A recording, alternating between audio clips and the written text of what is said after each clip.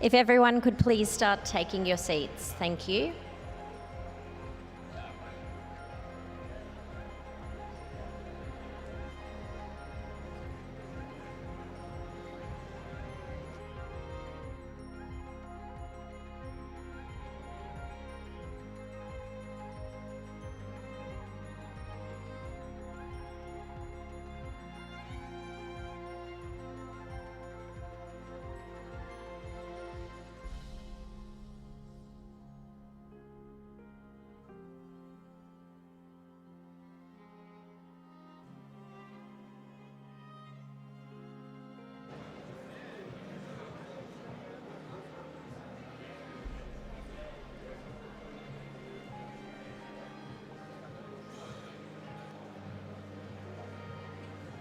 Do I look?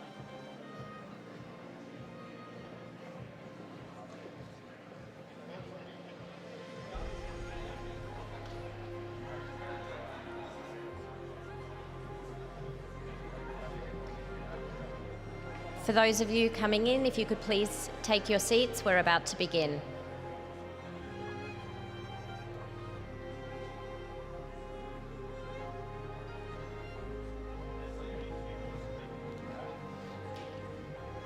If we could get the doors at the back of the room closed, thank you.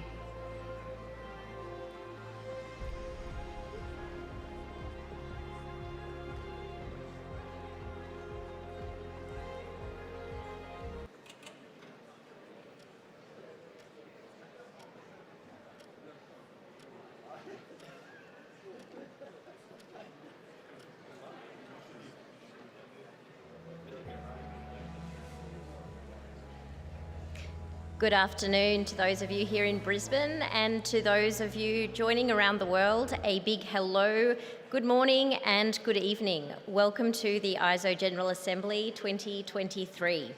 My name is Vanessa von der Meulen and I'm the Head of Communications and Engagement at ISO. Thank you very much for being with us here today. Before we get started with official proceedings, I'd like to remind you that we have interpretation available in French, Russian and Spanish. There is the Interprefy app available to facilitate this, which you can access by scanning the QR code on the screen in front of you. And should you need headphones, there are some available at the back of the room. Don't hesitate to get up and get some. So without further ado, I will ask you to please lower your voices, and I will hand over to our esteemed President, Ulrika Franke. Thank you very much. Thank you very much for that, Vanessa, and hello and welcome to all of you. I hope you've had a great week so far, have made new friends, gotten the new insights on standardization, and taken them back home with you to your own NSBs.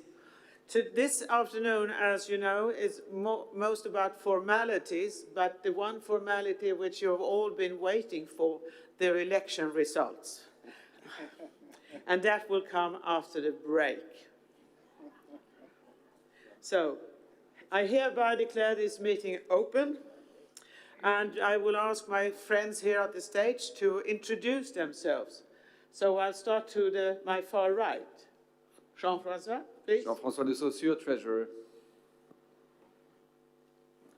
Osvaldo Petroni, Vice President Finance.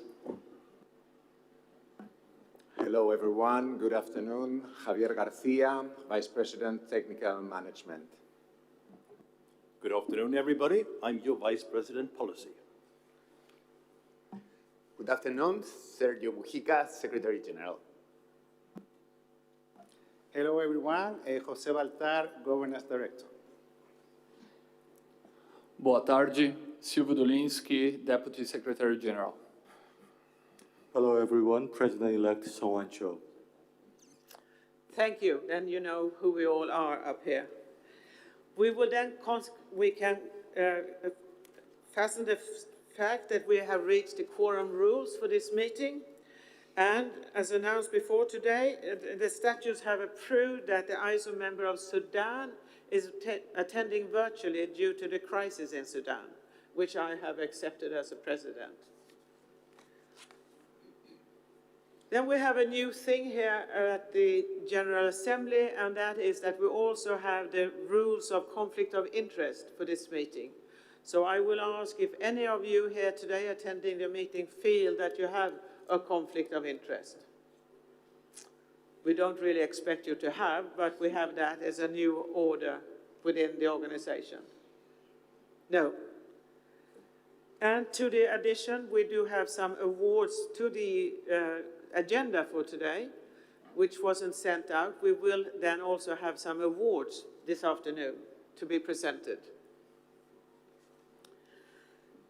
Then we come to the item number 2, tabling of the minutes of the 44th ISO General Assembly. And they have been seen, and I think they are all in according to what they should be. So could we just approve them? Yes. So we have now approved and confirmed the minutes of the 44th General ISO Assembly. Now we come to item 3, the one of the things you've been waiting for, and that is the General Secretary's report. Please, Sergio.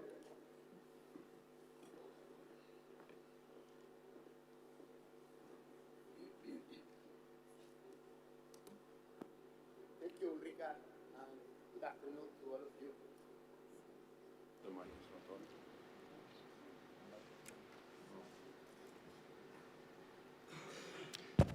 Now it's working.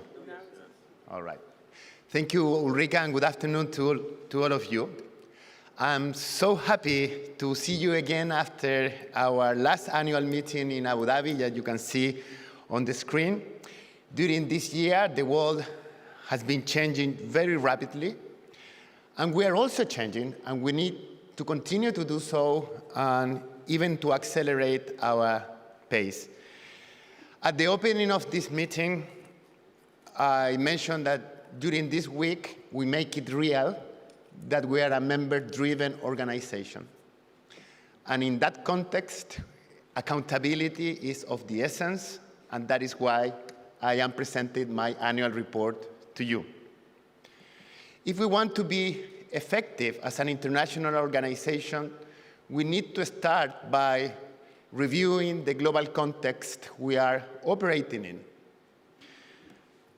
First of all, the economic situation, because the International Monetary Fund just released the latest report on the economic outlook, and it is very clear the economic situation has been deteriorated, and we expect a significant reduce in the pace in which the global economy is growing.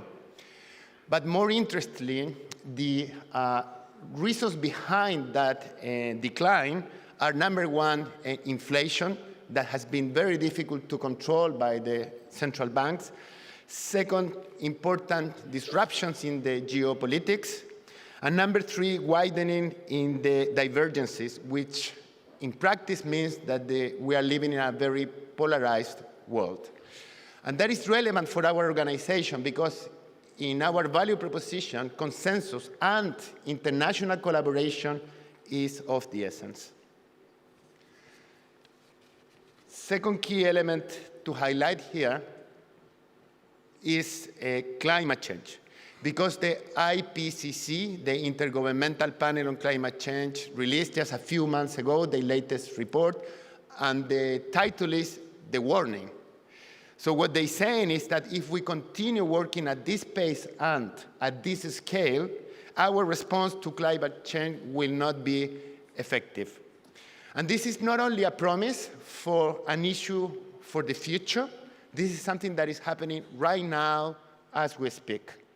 Just to give you one example, in the previous summer in Europe, 62,000 people died because of the heat during the summer. And 61% of them were women. And this is happening now. And it's not only about climate change. It is the so-called triple planetary crisis with deep implications in pollution, 6.7 people dying every year because of air pollution, and also biodiversity loss. The latest report of the WWF shows that in the last 50 years, we experienced a 69% decline in our biodiversity. And this triple planetary crisis is interconnected. So what we need here is a holistic response, and that is why international standards are more important than ever. The third key element here is AI, artificial intelligence. It's not that AI is new to the world, but during the last year, we have seen an incredible acceleration in the pace that AI is moving forward. The G7 already recognized this year in the summit in Japan that we need international standards to address the opportunities and the risks related to AI. And I'm happy to report that yesterday, the Council had a comprehensive discussion about AI, and under the leadership of our VP policy, we will be addressing the responsiveness of our organization to AI. We already have a very solid set of standards produced by JTC1 in the dedicated subcommittee, SC42, but we need to analyze the gaps between what the world leaders are asking for us and what we are offering today. At the same time, there are many opportunities related to our standard development process. We can leverage on AI to be more effective, as well as in the business model of the organization, new business opportunities for us. And of course, for that analysis to be completed, we need to address the risks, because many of them are even existential risks for our organization. So those three elements will be covered by this work to be conducted during next year. So those are the main elements of context. And with that, we need to see our strategy and whether or not we are equipped to address those global challenges. First thing to mention is that we have a great strategy approved by you in the year 2020, which is human-centric and aligned with the SDGs, with the Sustainable Development Goals. We also schedule a review for the year 2023 that we have conducted, and the VP policy will be inviting you to approve a new priority on environmental sustainability later today. But as important as that, we need to mobilize all of you, all our membership, so we can implement in a successful manner our strategy. We will not be able to succeed here working from Geneva. We need all of you, all of our members, to deliver on the implementation of the strategy. And I really do hope that our strategy café was not the end of that exercise, but the beginning of it. I'm counting on you. So we have a number of projects and programs related to the implementation of our strategy, but I want to focus on three main elements. The first one is sustainability. As mentioned before, we have committed to the world to raise our ambition in terms of our contribution to sustainability, and that is the London Declaration. We have also captured that in our strategy with this new priority, but a declaration means nothing if we don't have a concrete plan to implement our commitments. That's why we have the ISO climate commitment, and I want to recognize the TMB under the leadership of the VP Technical Management for such an incredible effort for us to transform the way we are addressing climate change. We started with a mapping exercise because we have a wonderful portfolio of 24,000 international standards, but we cannot say to the community and the organizations, we have all these standards, use them wisely. We need to help them to understand which of them are the really relevant. So we have identified around 600 so we can facilitate the commitments of the various organizations. We have also identified those standards that should be reviewed in a priority manner. And 63 of them will go through that process. We will be assisted by a pool of climate experts to help all the technical committees to go through that process. 13 of them have already started with that journey. But it's not only to review what we have already, it's also to produce new standards. And we've been very busy with that, and I want to highlight in particular the international workshop agreement that was presented in the COP27 last year in Egypt, precisely on net zero. Another indispensable element here is partnership, because if there is one area where we will not succeed working in isolation, is precisely climate change. And I have received a mandate from the Council to engage with some key organizations in this area. The first one is the International Sustainability Standards Board, ISSB. The second one is Greenhouse Gases Protocol.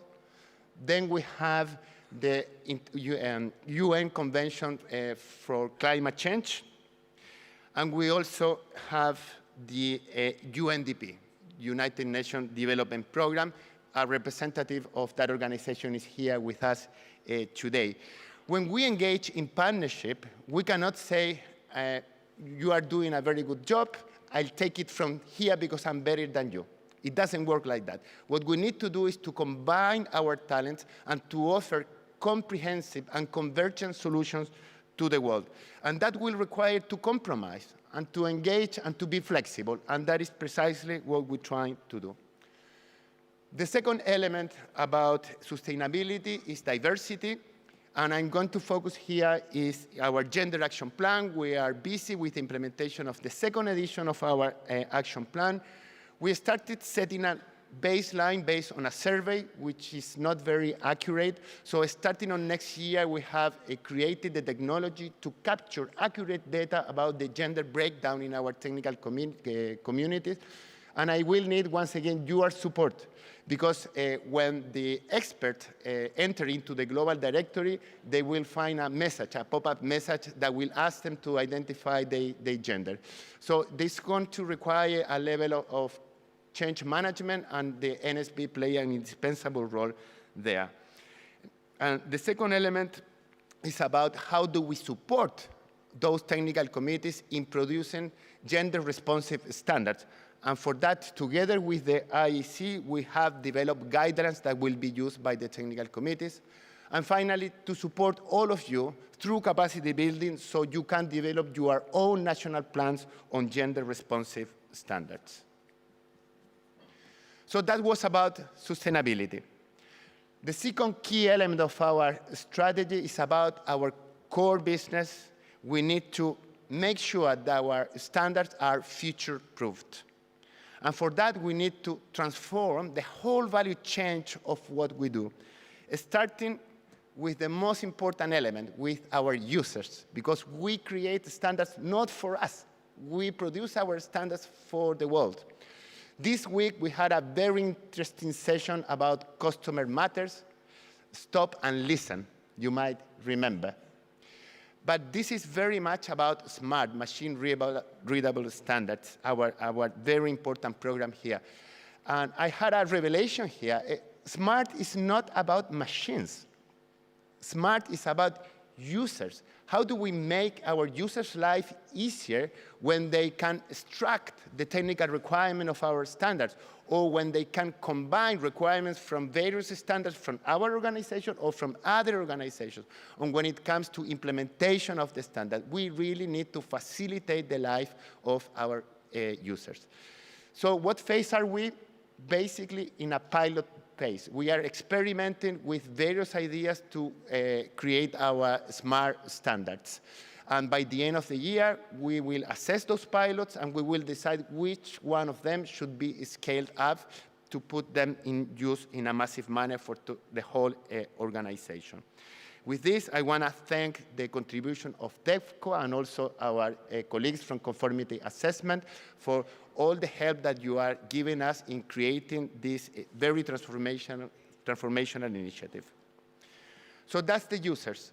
The second one is about the standard development process itself. The first thing we need to do is to include technology. And I'm very happy to report that our online standards development tool is ready to be used and will be deployed during the Q4 of this year. We are not starting from scratch. We have piloted this in more than 100 technical committees. So that's very successful. But it's not about technology only, because you can digitalize a very bureaucratic and slow process, and we will not solve the issue we have.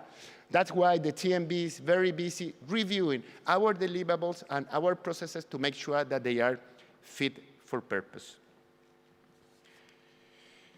And the last, and perhaps one of the most important elements, is our capacity to capture and to meet global needs. I know this morning there was a very interesting debate about whether or not ISO was prepared, was meeting global needs. I think we didn't do that well in the surveys that was conducted at the end of the exercise. And I think there are good reasons for that, because we have worked for over 70 years in our very successful bottom-up approach. So you identify the needs, the industry, your organizations tell us where we need new standards, and we create those standards. That's all great. But sometimes that mushrooming of various standards, we miss the big picture.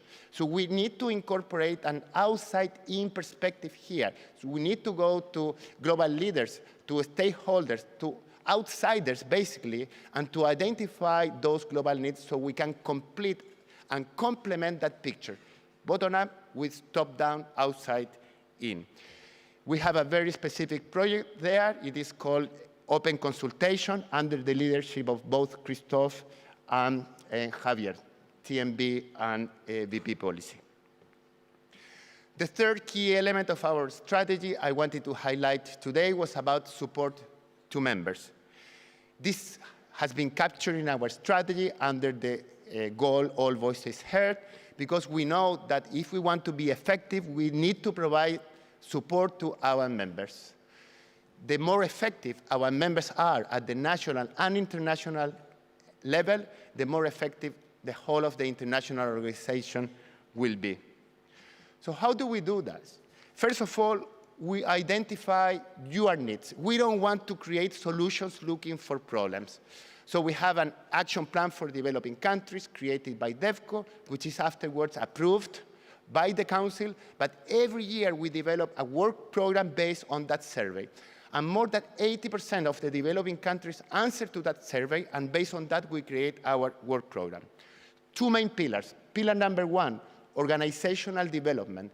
We have a concrete tool which is called GSP, Good Standardization Practice, where you can assess your whole value chain within your NSB and identify gaps so we can create programs to address those gaps.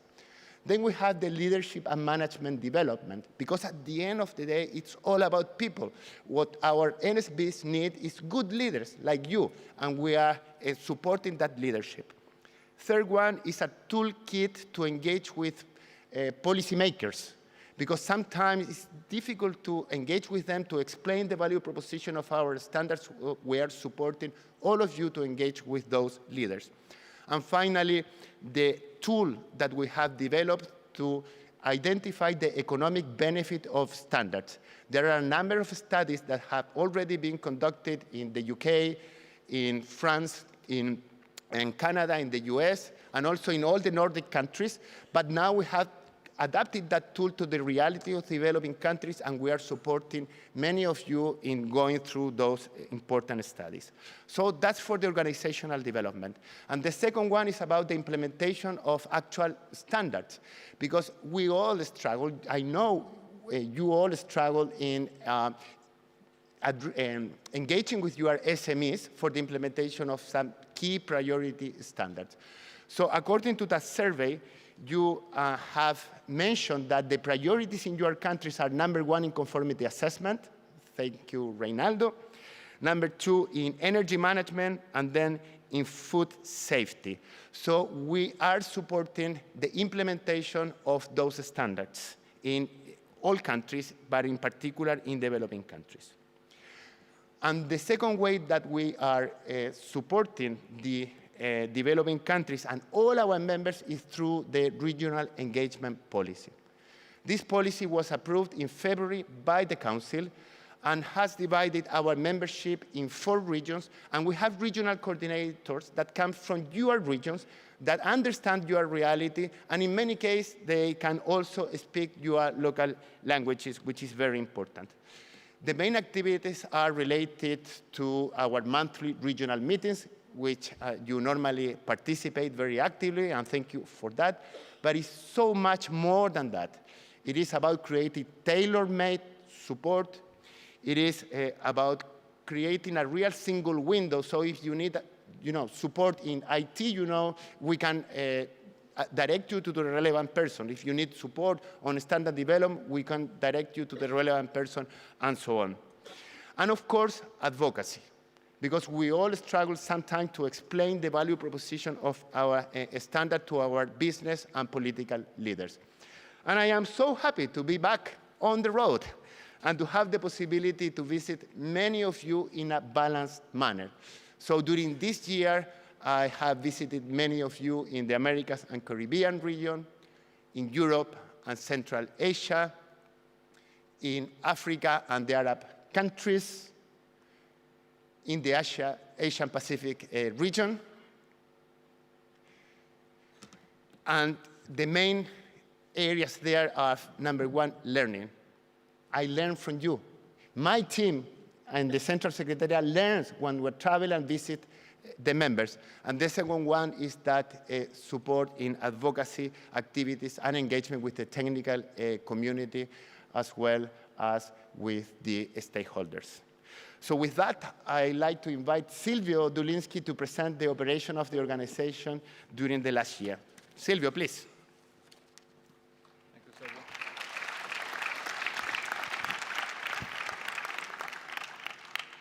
Good afternoon. So on the operations of ISO-CS and the ISO system, to some extent. So this year we have been experiencing an increase of processing pages of close to 40%. So, and that has led to some impacts on our indicators on the technical operations. So first, on the processing time of the ISO-CS has increased from 2 to 2.3 months versus last year, but within the tolerance without increasing the resources that the organization has had to dedicate to the editing of the standards. In terms of the committee and working group activities, so our technical community has also been very prolific to deliver those additional pages. So, and that led to the second point here. They have been very disciplined in keeping the time according to the estimated and expected delivery time of their projects, so increased from 60 to 64. But the average development time has increased slightly from 31 to 32.6 months. And new projects have increased from 128 to 139. In terms of meetings, as we transition out of the pandemic, building back better, we are having an increase of the physical and hybrid meetings. That's very important. We are now 30% of our meetings are in those two modalities versus 13% last year. And the participation in meetings have continued to be at the order of approximately 20 people per meeting. On the finance of the Central Secretariat, our financial auditors, Deloitte, have audited us without any comment, any reservation to our accounting practices. And the total revenue, operating revenue, has remained stable in 2022 versus the previous year at 41.5 million Swiss francs. The sales and royalties have slightly increased to 18.92%. That has led to an operating surplus of 2.4 million Swiss francs. As we have all witnessed the last year, there were significant turmoil in the financial markets with the increase of interest rates, and that led to losses in the financial investments of the general fund, and that created a 2.7 million gap that was compensated by that operating surplus and the reserves that had been established in the past for that purpose. And that allowed us to have a net surplus at balance equals 0 as in previous years and according to our best practice. Other good news in terms of the ISO-CS this past year is that actually we concluded the 3-year cycle of the previous certification of ISO 9001 and 14001. We were recertified without any new non-conformity, and actually we have closed the non-conformities of the previous cycle. Some strong points that we're very proud of actually as a team is about the leadership and the culture, the strategy development, the standard development process, and the membership management. And in the best spirit of ISO, opportunities for improvement have been identified, and we are already working on them. Thank you very much.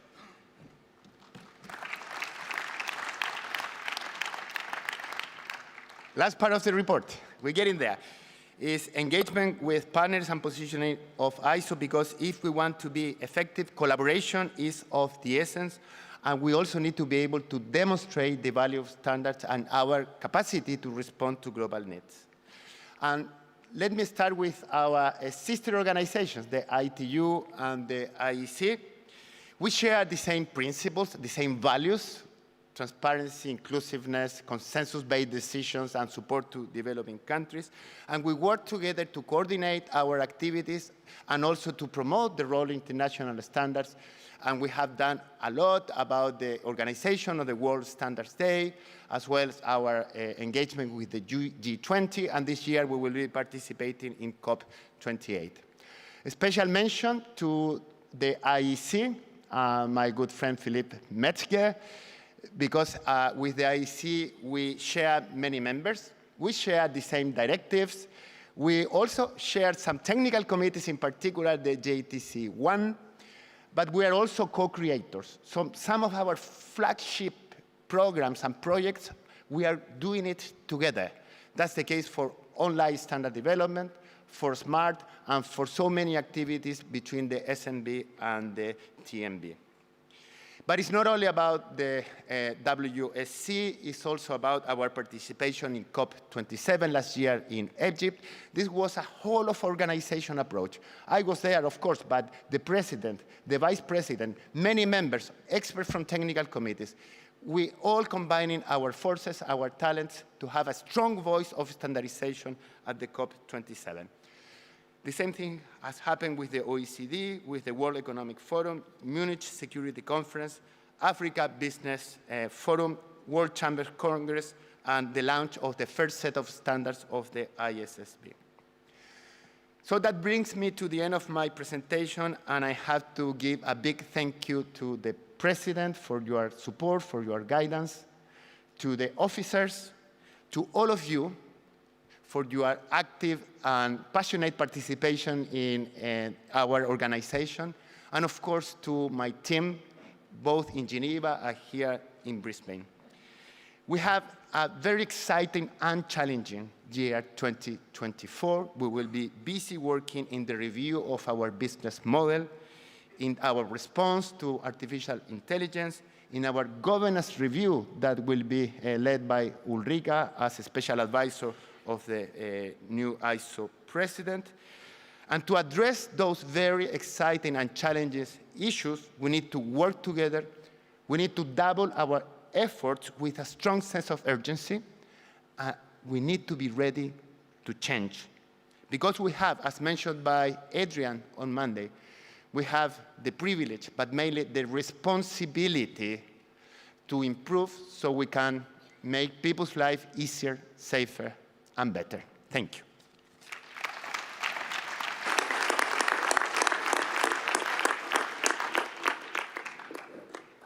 You now have the chance to put some immediate question to Sergio and Silvio, if you want to. If you want to think a bit more about that, you have the opportunity at the next item when we come to Q&As with the ISO officers. So you have a 2-minute think about that. But then can we also, if you don't have an immediate question for Sergio and Silvio, there is a question? Yes, please. There's a mic coming behind you. Thank you, Mrs. Chair. Bogdan Topic, Slovenia. I have a question with regard to the cooperation in the IT area between these two organizations, IEC and ISO. I would like, as you know, for many, especially small members, the cost of maintenance and upgrading of IT systems is not negligible, if I use this word. It's quite expensive. And I know that some or many years ago, these activities have been launched. And my question is, what is the result of these activities? From our perspective, we see no improvement. So I would like to ask, I don't know who now, either Sergio or his colleague. What is the status of these activities, please? Thank you. Online standard development is a requirement from all our membership that we can upgrade our standard development process. We need to include technology there. But the big requirement was that we had to do this together with the IEC. We couldn't do it in isolation. So what is happening for now is that we have finalized the creation of that online tool for the authoring, editing, and commenting, and it will be available for all of you during Q4. We have already started piloting this in over 100 committees, and the response has been excellent. So I'm hopeful that it will be an excellent return on investment for the organization.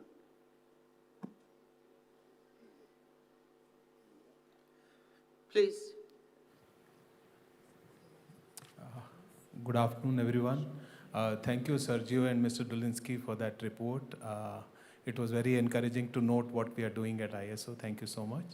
I am Chandan Behel from India, and it was very good to note that the number of new projects that we are taking up in ISO has increased to 139 from 128.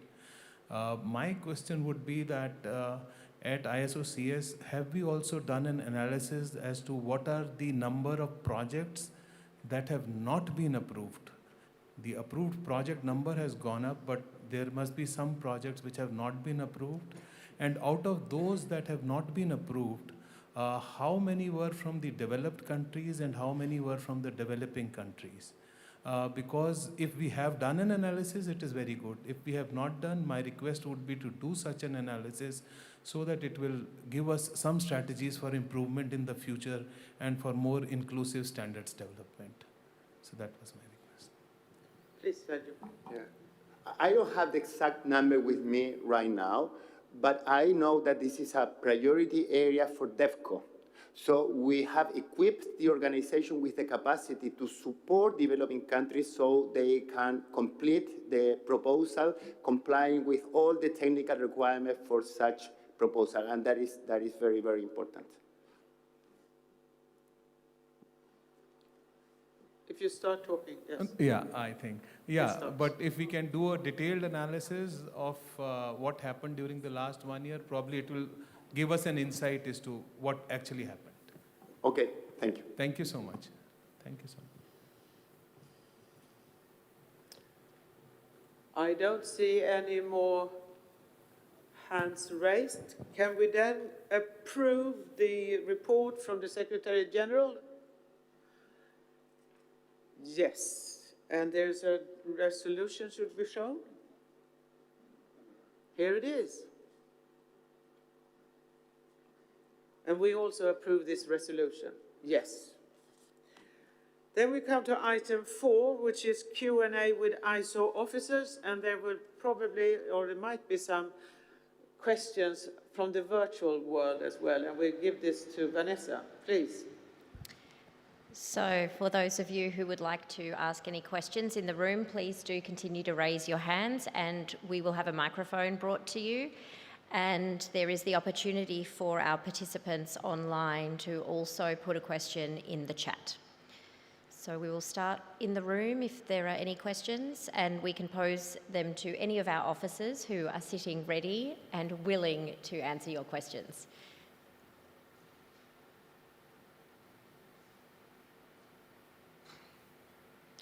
On any topics of interest to the ISO strategy. Surely we must have somebody in the room who would like to ask our officers a question about anything on the agenda today or that you have heard or spoken about in these previous days. I see we have a gentleman here.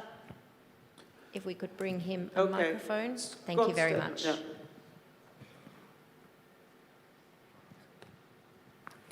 Good day, everybody. Scott Steedman, BSI from the UK. Just very keen to ask a question of the officers around the artificial intelligence movement, which has escalated so rapidly over the last 6 months, and how we are responding to that, and what our plans are to address the impact of artificial intelligence on our users and on our standards making. perhaps one for Vice President Policy? Yes, and I see he is itching to answer that question. So, Christoph, please. Well, thanks for the question, Scott. And you probably remember that we already had a discussion in Council yesterday that artificial intelligence is not something that will end up in a separate strategy, but artificial intelligence would actually influence all the areas of our current strategy. So it's very important that we understand what technical standards can actually do to make artificial intelligence usable for the different sectors in a safe and transparent way. So that's one thing. But most important, we have to find out how we can utilize artificial intelligence in our technical standardization work. So how can we use AI tools to be more efficient in our technical committees? So that's going to be one project, which will be a natural extension of online standards development, SMART, and then use artificial intelligence that we use the digital information to support our technical committees, to create reports, to analyze the consistency of our, let's say, technical standard development. That's one important element.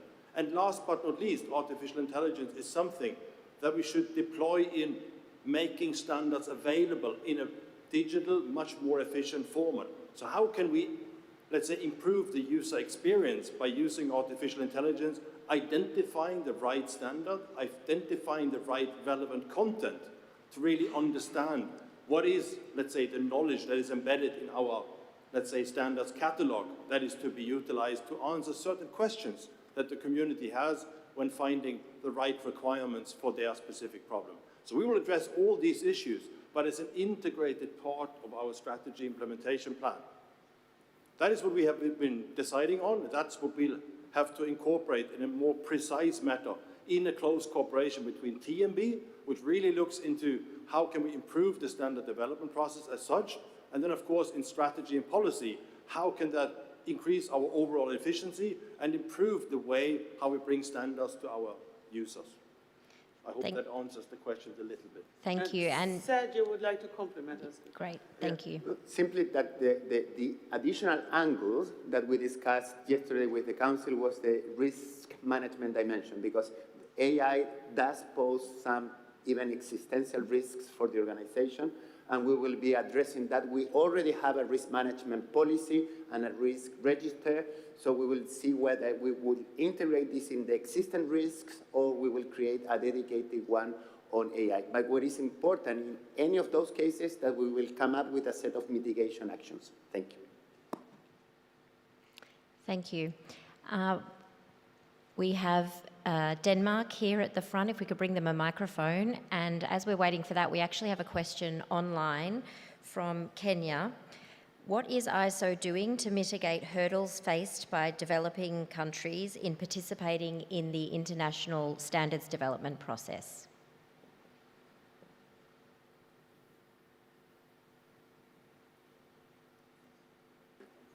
I think Sergio's pitching first. Go ahead, Sergio. Well, we have a dedicated program within our capacity building strategy, which is called the sponsorship program.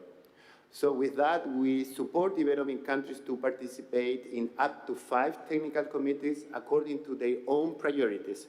So they need to check with their national strategy for development, for economic and social development, then choose the right committees, and then we sponsor that participation. And believe me, this is not about money for the accommodation and for the travel. It's a comprehensive support in the preparation of the meeting, then the delivery during the meeting, and then an evaluation afterwards.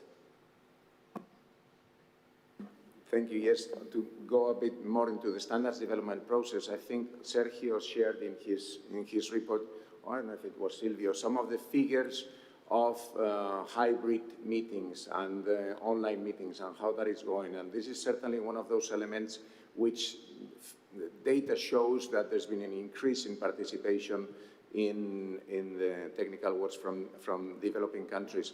What we saw as well on Monday during the Strategy Café was that even if that participation has increased, the level of efficiency is still something to be improved. Efficiency in terms of effective contributions to the development of the standards, be it directly at those meetings or during the public inquiry processes. And there, Sergio mentioned as well the program or the project for online standards development. That should contribute to keep on increasing that effectiveness of the participation of everybody, but especially developing countries that today have more difficulties. Thank you. Thank you. You wanted to add something, Christoph? Just to complement that, we are doing a lot of things to encourage developing countries to participate, but at the same time we have clear targets in our measurement framework to really measure the participation and also the active participation, so that the voices are raised, that we can hear them and include them in the, let's say, consensus building process in our standard development. So it is an integrated part of our measurement framework that we continually measure the improvement in this area. Excellent. Thank you. And thank you for the excellent question online. So we have our member from Denmark. Thank you very much. Yes, thank you. And thank you, Sergio, for your report, which we welcome very much. We now know and hear, which we welcome also, that we will work more with partners. And we would actually know to hear more from the officers of how are we going to implement this in our technical work, in our committees, and the daily work, and also in the statutes for ISO.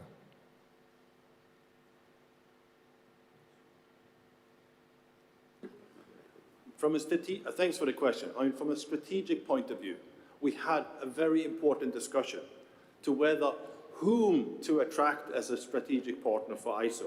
Is that something we leave to the technical committees so that we have a bottom-up cooperation, or do we need to really have strategic partners? And then there was a discussion, what kind of partners do we try to attract? The first assumption was we need to attract partners that are exactly like us, which is almost impossible to find. I mean, we have the IEC, but then, I mean, all the other potential strategic partners, they have a different governance structure. They work according to different rules.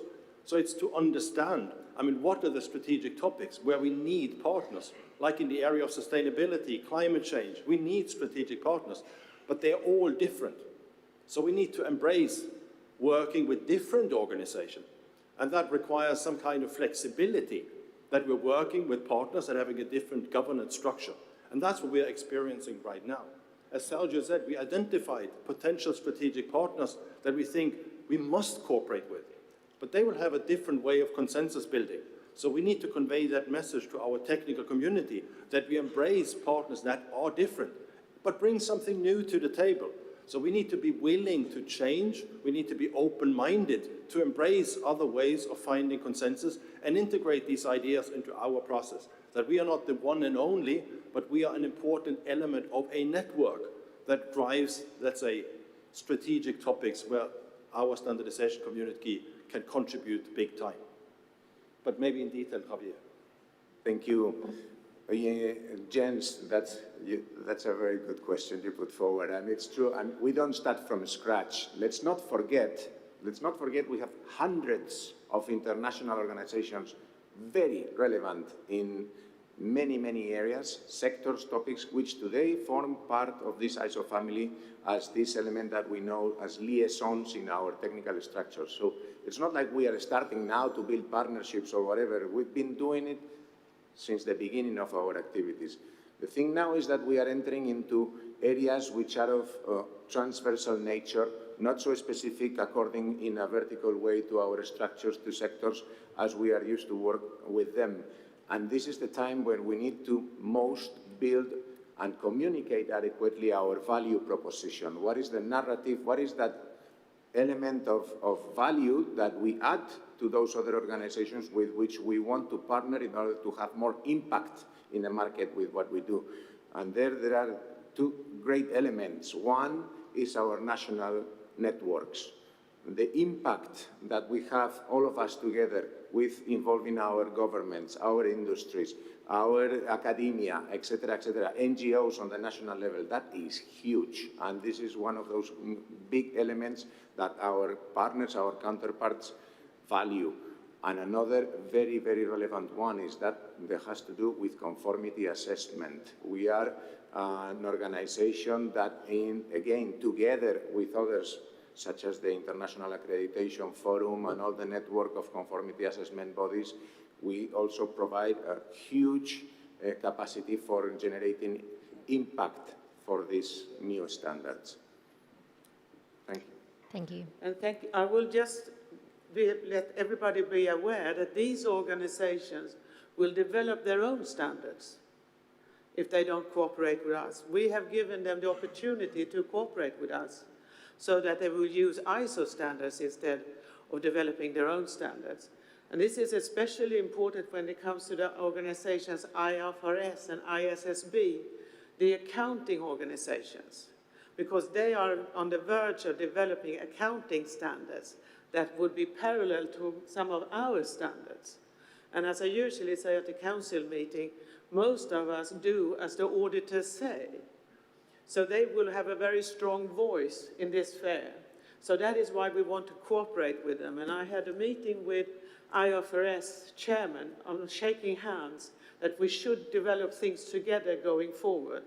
And I think this is a very good opportunity for ISO to get into a bigger picture than before.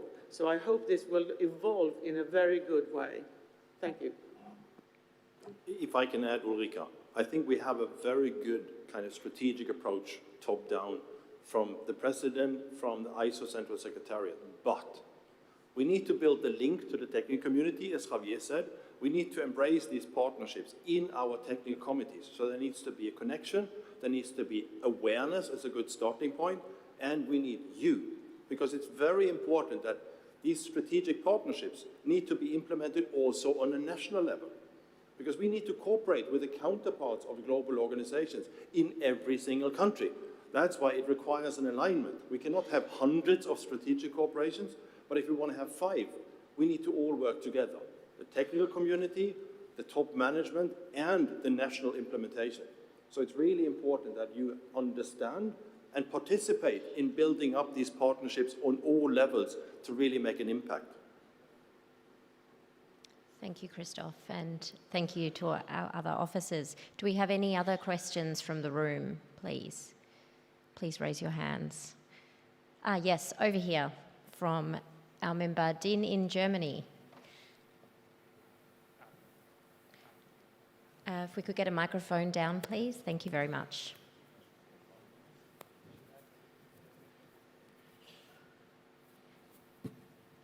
Thank you very much. Yes, I'm Michael Stefan from Germany. Just 2 comments. Sergio, you mentioned in your AI final statement that we are certainly also taking the risks of AI into account.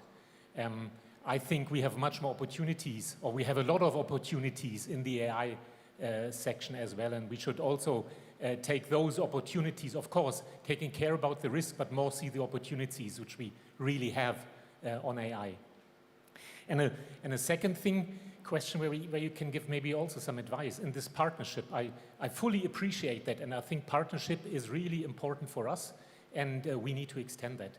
But some of our partners or partnership organizations, they are working in kinds of consortia. So what we are saying, all voices heard, is not all the time in the focus and in the, also, if I may say so, interest of these consortia. How can we overcome that dilemma? If we see a strategic partner working as a consortium, obviously not following our motto, all voices heard. Thank you. Thanks for the question. Who would like to start? Sergio, thank you. I start with the one on AI. Michael, I think we need to do the 3 things.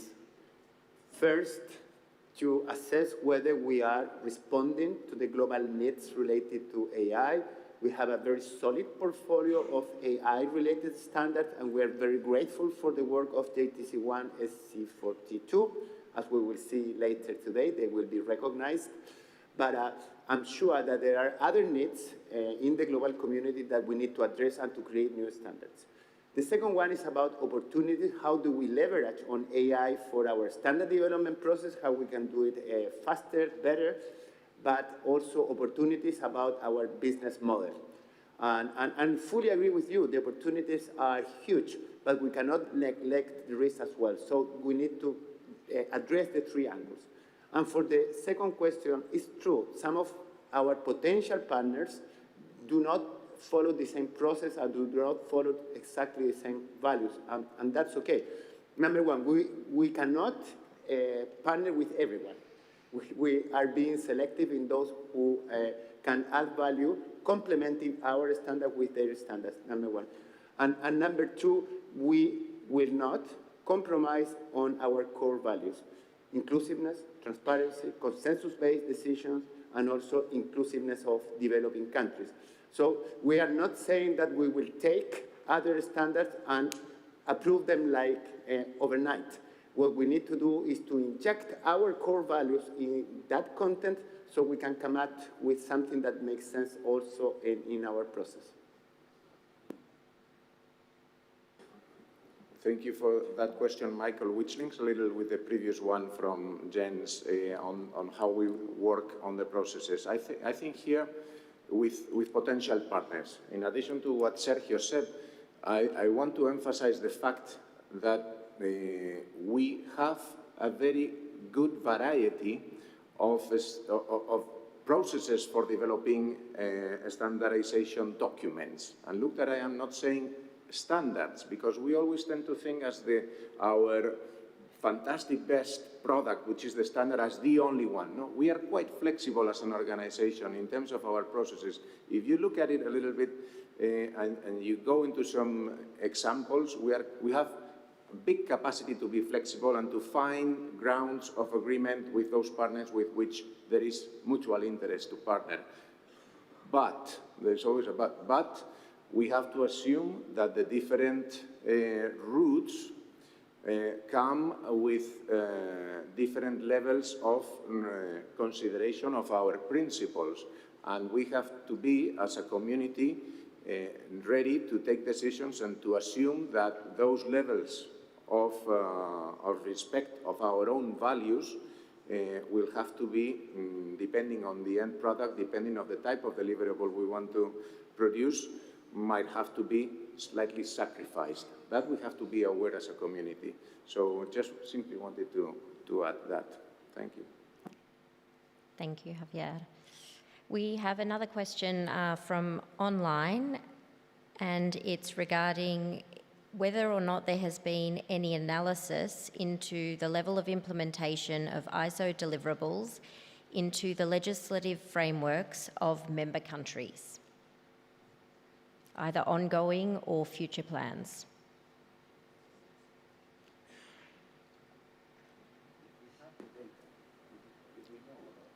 If we currently have any data, or if we have plans to collect this type of data. Well, I think we can answer that. We don't have any data as such, but we know that it is an occurring phenomenon.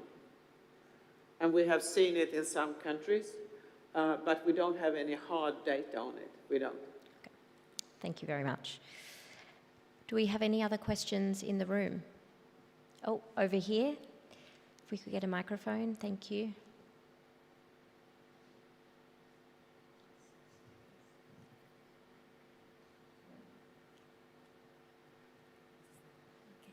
Thank you.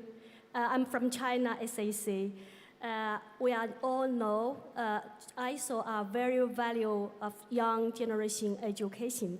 So I would want to know what's the progress and also what's the next suggestion and actions. Thank you. Thank you for that question. As you know, we have a unit which is called Strategy, Research and Innovation. And under that unit, we are working on a program to engage with young generations. So there are the following elements there. The first one is to engage with universities so we make sure that standards are included in their curricula. And for that, we need to help each other. So with an inventory to collect a best practice for each of the countries. And second, we are preparing capacity building materials so we can support you, the members, in your own journey to engage with young generations and with universities. By the way, in China, I have visited several of your universities, and it's impressive what they do there with undergrad and graduated and also master and even PhD degrees on standardization. Thank you for that.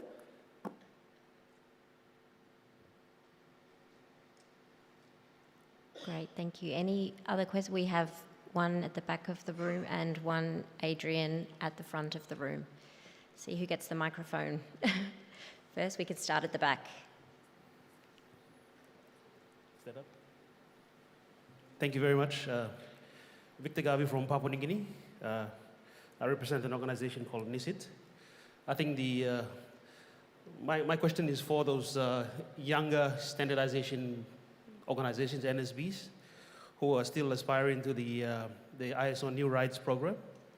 Probably wanted to have a kind of like an appraisal as to whether the ISO New Rights program is working, because in future we want to use that program. Thank you. It's me again, sorry. The New Right program is a very important program we have to support countries in their journey to become a full member of ISO. So what we do in that program is to give them the possibility to participate in up to 5 technical committees. That brings also support, capacity building support, to actively engage with the activities of that committee, or even interact as co-convener of some of the leadership activities in the committee. There is an expiration date, it's 5 years, so the idea is that you get the experience of working actively in the standard development process, and then when you have learned that, you can build your case to be presented to your stakeholders as well as your board or your government, so you can upgrade the membership. The program has been incredibly successful, and we have a number of success stories where members have upgraded the membership from subscriber or correspondent member to full ISO member. Thank you. Thank you for the question and the response. Adrian, we'll go to you. Thank you.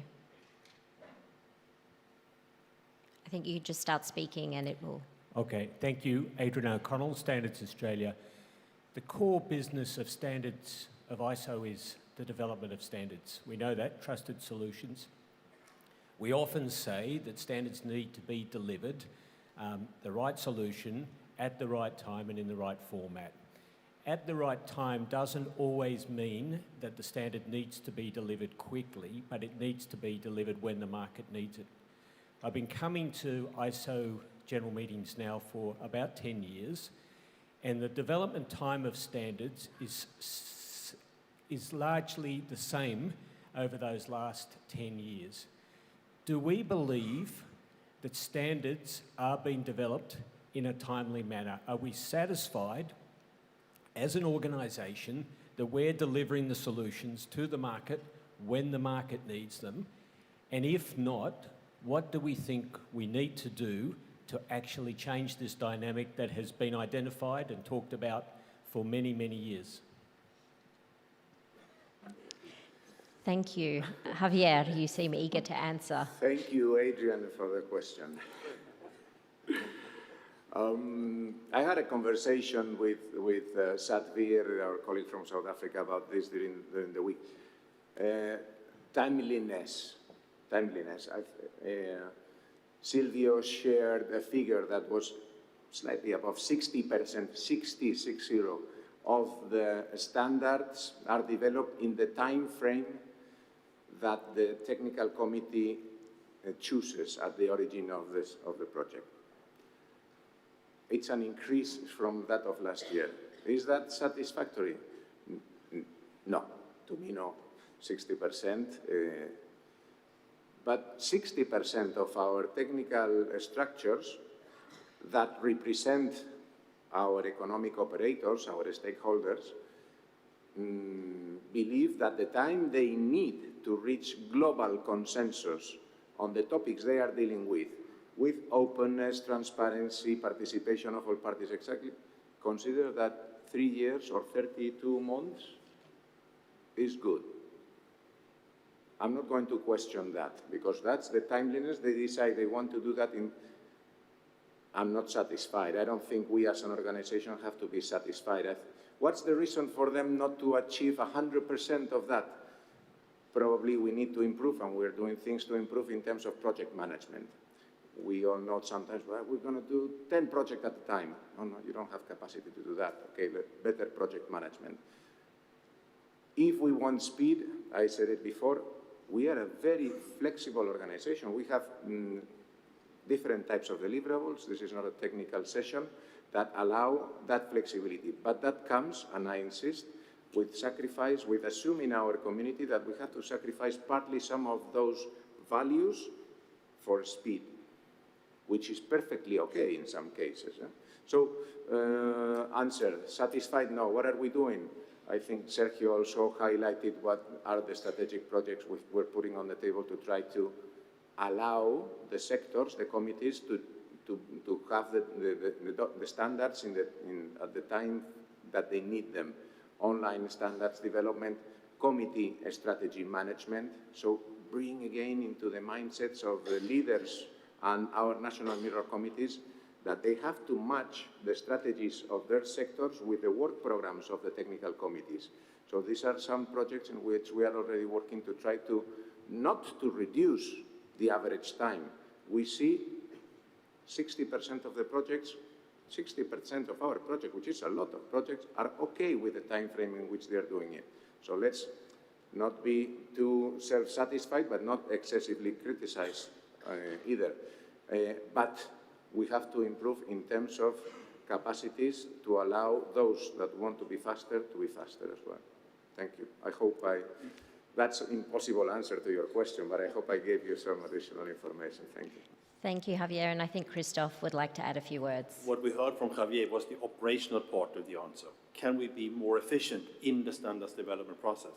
I'm trying to approach it from a more strategic point of view. What does the question mean? When does the market need a certain standard? Not necessarily when the technical committee has picked up the idea. So we need to have what we call a strategic business plan of the technical committees, so that the technical committees actually plan more mid-term. What do they need to put on their agenda? And when do they need to start working on it? And maybe they don't start the work because they don't have the necessary expertise in the technical committee. So to anticipate what is the market actually needing, and when the market needs it, we need to have an outside-in perspective. And that brings us to what Sergio has presented as an open consultation. We need to be brave enough to ask the external community, what do you expect from us, and when do you need it? And then we can involve our technical community to translate it into strategic business plans of the technical committees. And then, of course, they make a project plan that they can execute more than 60% of the time according to their own plans. So there is the operational dimension to improve the operations, to be more efficient within the standards development, but on the other hand, have a more strategic approach, embracing, let's say, the external input that tells us, I need a standard urgently on this topic, and then we need to have a process how to prioritize this question and assign it to the right technical committee with the right expertise. But again, it's not something that can be managed from ISO/CS alone. That involves us with the national mirror committees, that we are prepared to have this more strategic view on what standardization project to prioritize. So it's very important that this is also an exercise where we need the three dimensions. We have the strategic approach, we have the national dimension, and we have the buy-in from the technical community. Because then we are able to really start the right projects at the right time, and if we are then efficient in executing the projects, then the things will improve. Thank you. Sergio. If I may, first of all, working with average is a very dangerous one, because some projects can take 5-6 years, and then the overall average goes in the wrong direction. I think the key word here is timeliness, and that means that we should consider the use of deliverables different from international standards. And perhaps many times we only focus on international standards, and we could, when the moment is needed, work under the logic of good enough.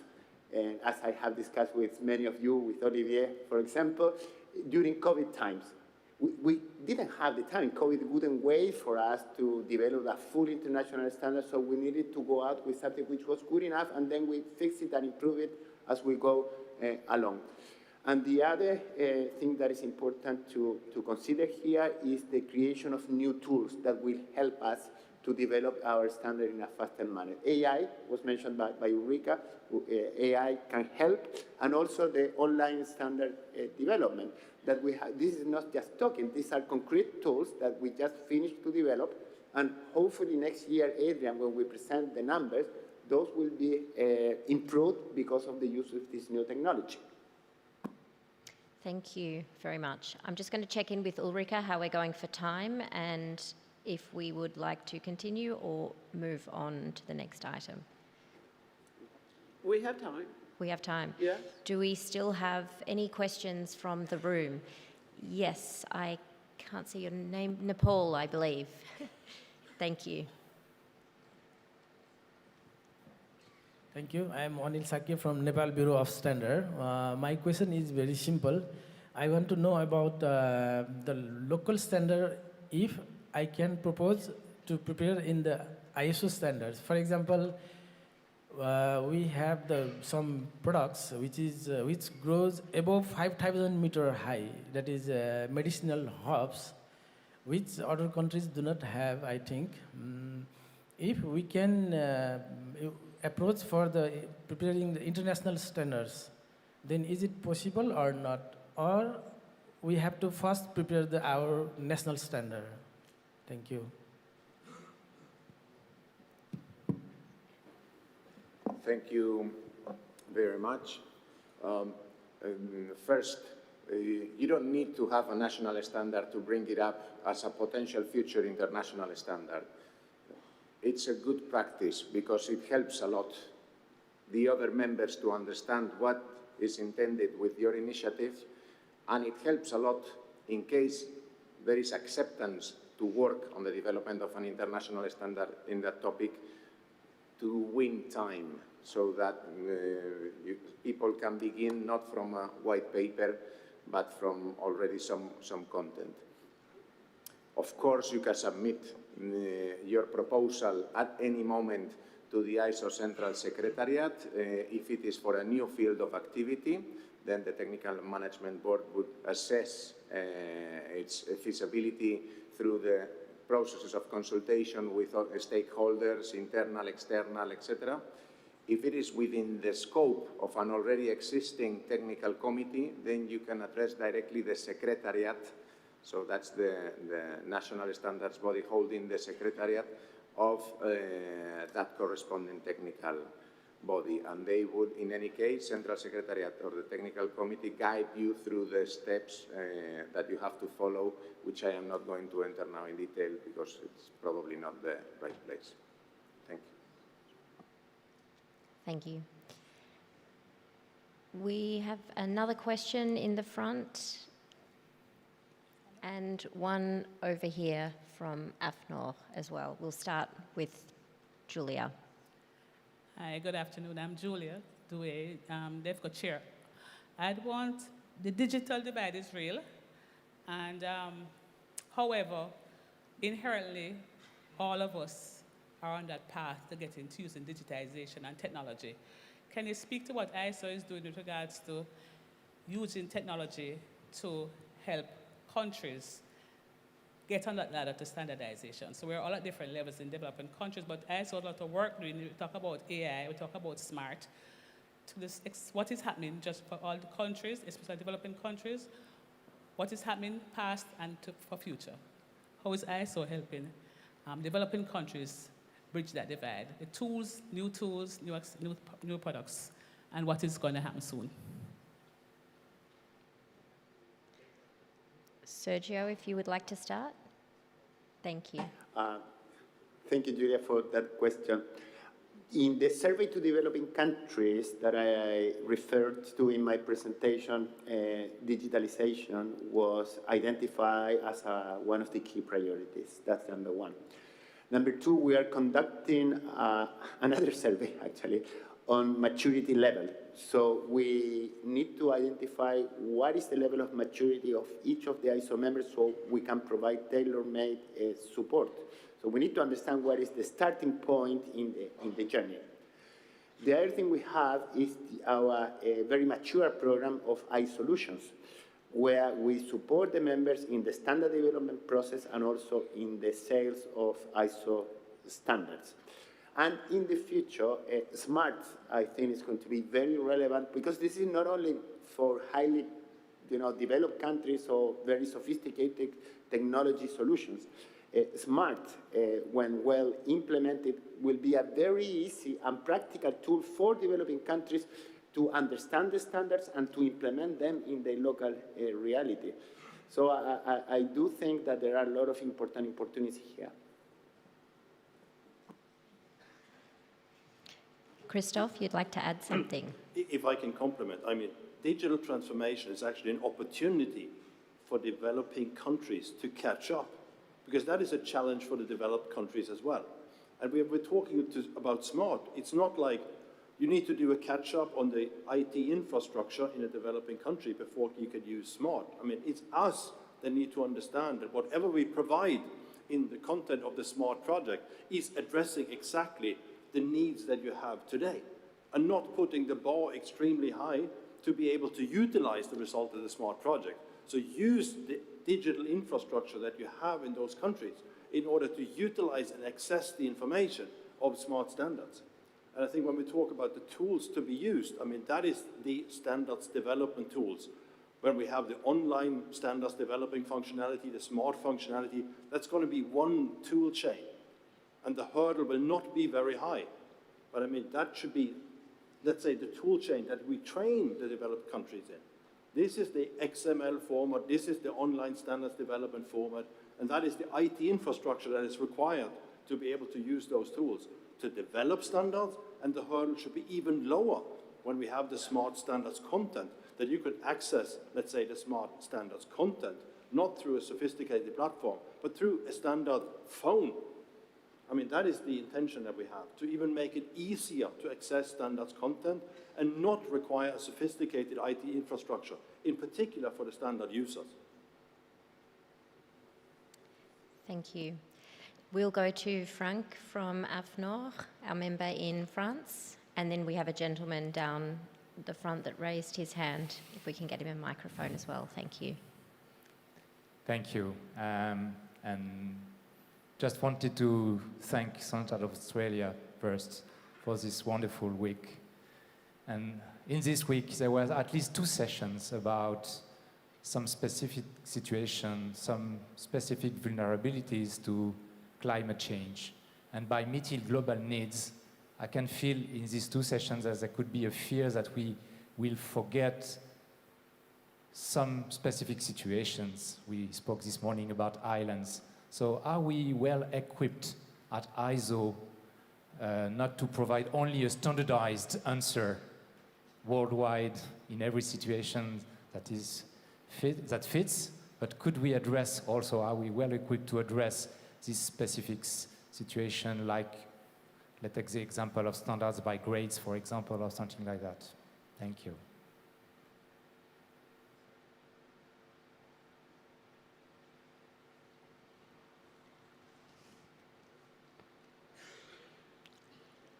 Javier, would you like to begin? Frank, not really 100% sure we understood the question. Could you repeat it, please? Just say that if we want to meet global needs, we can be in a situation that we will address with a standardized way some specificities. There was a discussion about the islands, how they can adapt this morning, and maybe more urgently than in Europe, for example, but with a standard that fits for every situation. Will we not forget to address specific situations, especially with the most vulnerable territories? Thank you. Thank you. I think I understand now, but I think these particularities that you're referring to, I'm certainly sure you are all aware about the works under the implementation of the London Declaration. Last year, the end of last year, beginning of this year, there was a research carried out to identify a series of standards with more potential to impact positively our contribution to fight climate change. So definitely, not all standards have to, or not all sectors require the same and unified approach to tackle climate change. This is with the support that was mentioned as well in the report of the Secretary General, with the support of external climate advisors, what we are trying to do, approach those technical committees which have already not identified themselves the need to incorporate into their standards climate change issues, some external support to help them in address their specificities. Of course, this is not something that we are imposing on the technical committees from the ISO structures, but on the contrary, ideas and awareness raising for the potential that they have in their specific fields of activity to consider climate change, adapting to their strategies and their needs. I hope it was in the line of what you meant, Frank. Thank you. Thank you very much for the question, Frank. And we had, I believe, a question over here to my left. That might be the last question, Vanessa. Okay. Thank you for the privilege. This is Velton Gooden from Bureau of Standards, Jamaica. Now, we have quite a large body of standards that we have developed over many years and with a lot of work from the technical committees. But from a strategic point of view, have we looked at just a small basket of standards that would make the biggest impact in terms of driving global trade and addressing some of the burning needs, global needs? And if we have, what are the direct strategies that we have come up with? Can you elaborate a little bit more on that as to how do we increase the uptake and the use of these standards, both at the company level as well as the policy level? If I may, I think that's a very important question because as I said in my presentation, we have a very large portfolio of standards, 24,000 of them, and quite frankly, very fragmented. So it's difficult for the users, and especially SMEs, to navigate through our portfolio of standards. That's why we have created this initiative in the climate change agenda to identify which of our standards are more relevant or more impactful for climate change. And we identify 600 of them. But still, 600 is too many. So we need to repackage them depending on the sector, the industry. The size of the company is different if it is a large corporation or an SME. So I think we need to go down that road. That's the right strategy, not only in climate change, but in all our portfolio. Thanks for the question. Thank you. Also, to give you some additional information, I think in addition to the climate change area that we already explained, what we are trying to do also from the technical management board is to give as much a coherent and coordinated picture of what ISO is delivering in some strategic areas as possible. What do I mean? Areas like smart farming, areas like critical minerals, areas like ESG, environment, social governance. In these areas, what the TMB has done, what ISO is doing is we've created what we call coordinating committees. So what we do is we put together the leaders of all the technical committees that are developing standards today in those areas to ensure that what they deliver and what they program, in line with what Christophe said before, what is strategic for the sectors, that they do it in an orderly way, there is no overlap, and us, the members, have the best perspective so that we can decide where our experts need to participate. Okay. Thank you. Thank you very much. Christophe? Maybe again, complementing it from a more strategic point of view. I know most of you have a strategic discussions to identify the most impactful and important standard from a national point of view. We need to increase the dialogue on these strategic priorities, because that usually doesn't happen on the technical level, but we need to have that dialogue on the policy level to understand these are the most urgent questions we need to address. And that's what we will address in our governance review that is to start next year. How we can increase the cooperation between strategically what we discuss in Council, what you discuss strategically on a national level, on a regional level, and how that can be translated into strategic work programs where we put the priorities on exactly these standards that will have the biggest impact. And when it comes to SDGs, it's a mapping exercise to really understand which standards today actually contain the ingredients to address SDG issues. And that doesn't call for new standards, but it calls for smarter standards, that we can actually assign or identify the relevant content in standards that needs to be upgraded in order to have a higher level of sustainability to reach these goals. And that's kind of the technical solution of SMART, but the policy dialogue that needs to be integrated in a much tighter fashion to the technical work we have coordinated in TMB and the technical work you do on the national level in your mirror committees. So that will be addressed, and there is all the kind of the technical solution now put in place that we are able to make that transparent and address it in the appropriate manner. Thank you. So time is running out, Vanessa, so Yes. we don't have time for any more questions.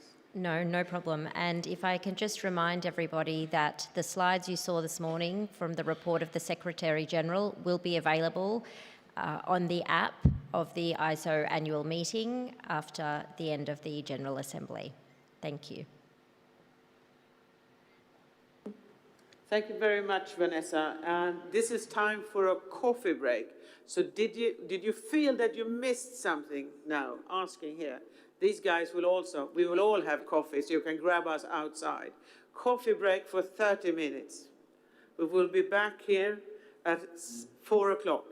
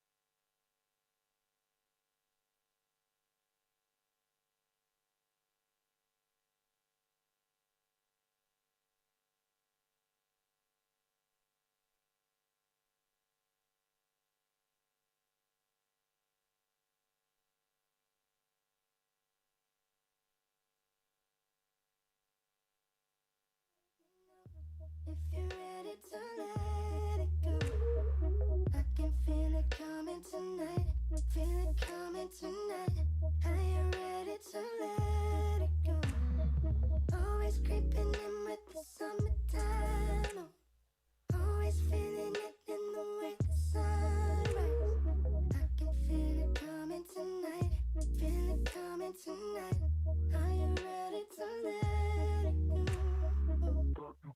Say what you don't like, tell it to the moonlight. So when it all goes down, you can take it all back in the daylight. How does it feel like everything was so right? How did we get like this? Can we get right? How do we get right back? I'm waiting for your call. I'm waiting for the day we realize the things we. I'm waiting for your call. I'm waiting for the day we realize the things we left behind. I can feel it coming tonight. Just let me know if you're ready to let it go. I can feel it coming tonight. Feel it coming tonight. Are you ready to let it go? Always creeping in with the summertime. Always feeling it in the way the sunrise. I can feel it coming tonight. Feel it coming tonight. Are you ready to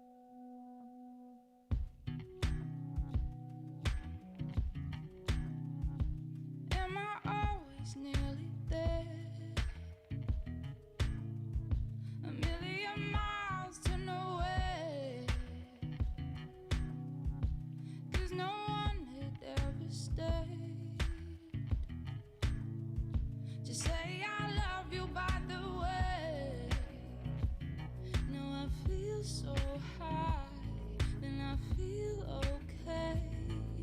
And even though my heart gets dizzy, I know I'm on the way. And I feel so high, and I feel okay. And even though my heart gets dizzy, I know I'm on the way. I'm never gonna get anywhere if I don't go. Never gonna find love if I don't show up.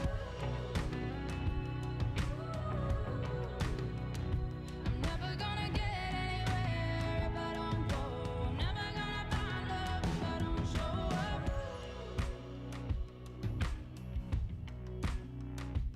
I could paint you in a prayer,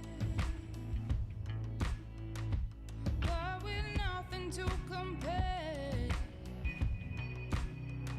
So I'll be fine until someday a stranger's turning into fate. Now I feel so high, and I feel okay. And even though my heart gets dizzy, I know I'm on the way. And I feel so high, and I feel okay. And even though my heart gets dizzy, I know I'm on the way. I'm never gonna get anywhere if I don't go. Never gonna find love if I don't show up. I'm never gonna get anywhere if I don't go. Never gonna find love if I don't show up.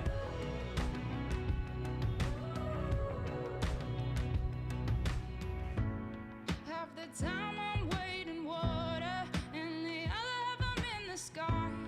'Cause it's the rise and the fall that makes it terrifying. Half the time I'm wading water, and the other half I'm in the sky. 'Cause it's the rise and the fall that means that I'm still trying. Half the time I'm wading water, and the other half I'm in the sky. 'Cause it's the rise and the fall that keeps us moving. I'm never gonna get anywhere if I don't go. Never gonna find love if I don't show up. I'm never gonna get anywhere if I don't go. Never gonna find love if I don't show up.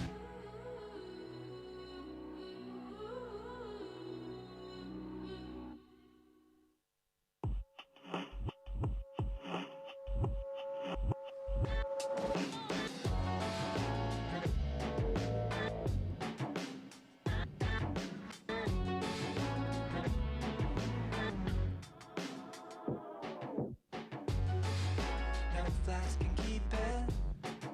Bubble up and cut right through. Just someone I believe in. You heat me like a filament. Anytime you're in the room, but you burn me and I'm smoking.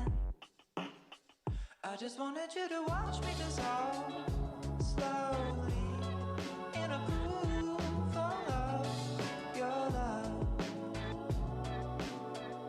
But I don't even know how the chemistry works when your bullseye kicking in the dirt, kicking in the sand and stirring up trouble. Can't find an exit. I wander in a maze alone. If I find you, will you shock me? Left and right. Pretty sure that I've been here before, and it isn't what I wanted. I just wanted you to watch me dissolve slowly in a groove of your love. But I don't even know how the chemistry works when your bullseye kicking in the dirt, kicking in the sand and stirring up trouble. Your voice like an angel, been chain smoking all month long, like you're someone I believe in. Am I only elaborate? Someone you can test things on. This isn't what I signed up for. I just just wanted you to. I just wanted. I just wanted you to. I just wanted. I just wanted you to watch me dissolve slowly in a pool full of your love. But I don't even know how the chemistry works when you're poolside, kicking in the dirt, kicking in the sand, and stirring up trouble. I just wanted you to watch me dissolve slowly in a pool full of your love. But I don't even know how the chemistry works when you're poolside, kicking in the dirt, kicking in the sand, and stirring up trouble. I just wanted you to watch me dissolve. I just wanted you to watch me dissolve slowly.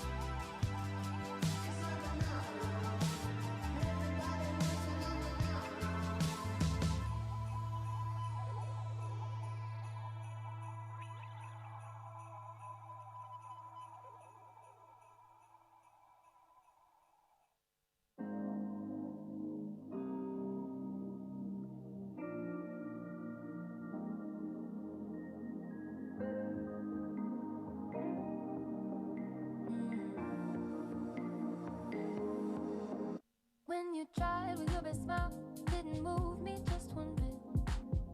I guess something's gotta give. Remedies used to work. One more glass, it never hurts. If I had just one more wish. Good conversation doesn't go like it used to. Good conversation doesn't go like it used to. Made me love like we used to. Made me forget to sleep. Play piano at bedtime. Sing it in Portuguese. Love just like we used to. No more pulling the sheets. Right with no destination. Before I had to say please.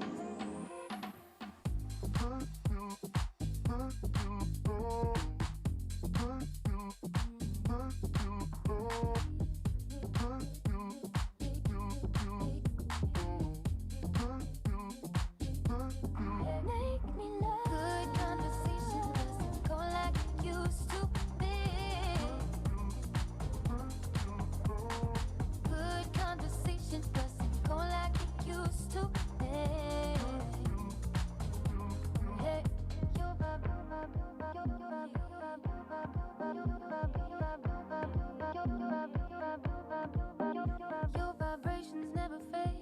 All your jokes, you tell the same. I laugh cause laughs have been. Got tied up like some kicks. We were just a pair of kids. If I had just one more wish.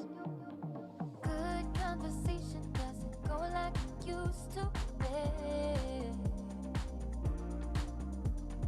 Good conversation doesn't go like it used to.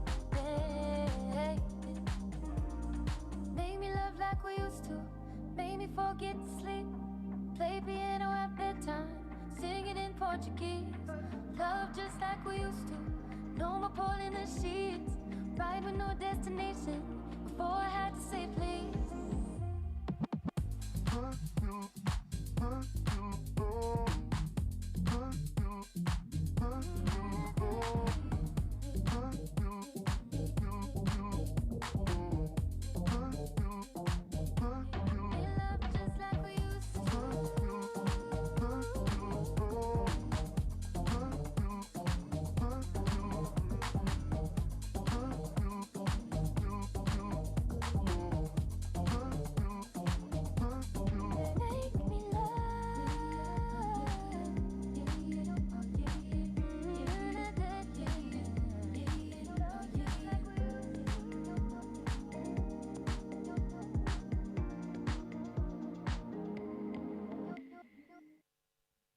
Slow down, you crazy child.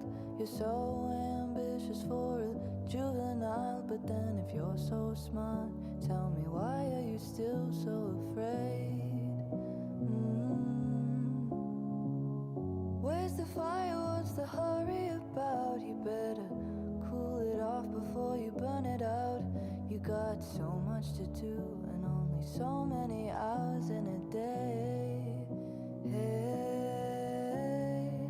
but you know that when the truth is told, that you can get what you want or you can just get old. You're gonna kick off before you even get halfway through. Ooh, when will you realize Vienna waits for you? Slow down, you're doing fine. You can't be everything you wanna be before your time. Although it's so romantic on the borderline tonight, tonight. Too bad, but it's the life you lead. You're so ahead of yourself that you forgot what you need. Though you can see when you're wrong, you know you can't always see when you're right. You're right. You've got your passion, you've got your pride. But don't you know that only fools are satisfied? Dream on, but don't imagine they'll all come true. Ooh, when will you realize Vienna waits for you? Slow down, you crazy child.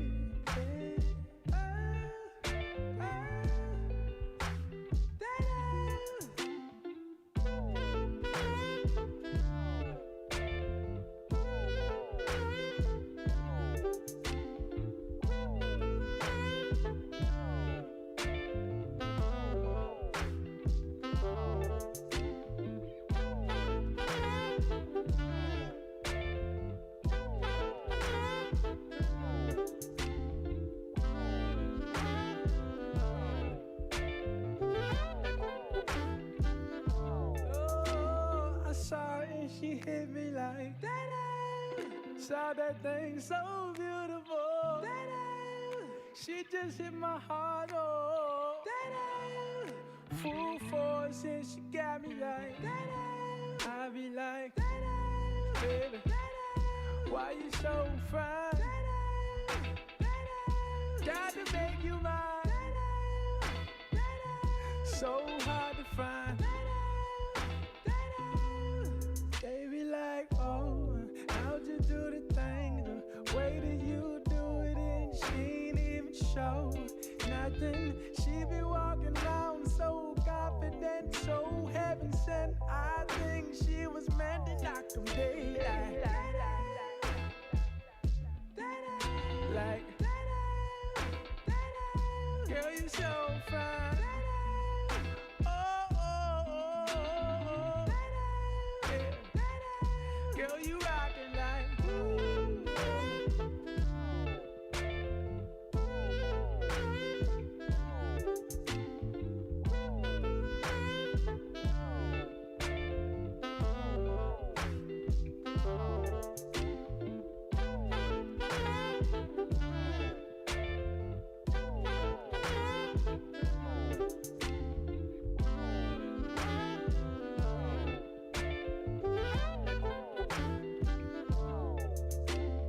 She was so sublime, super fine. She was never lying, strutting in the heels or her slides. Either way, eyes on her every single day, week, year. Everyone wondering how she does it with no fear. All that confidence, was it heaven sent? Does it come within? Does it come run out?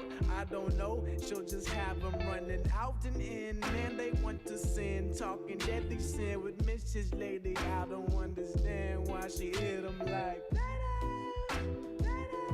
hey, like girl, you knock 'em dead. Oh, oh, oh. How you do the things you do? Hey, hey. Baby, you knock 'em dead. I'm already said.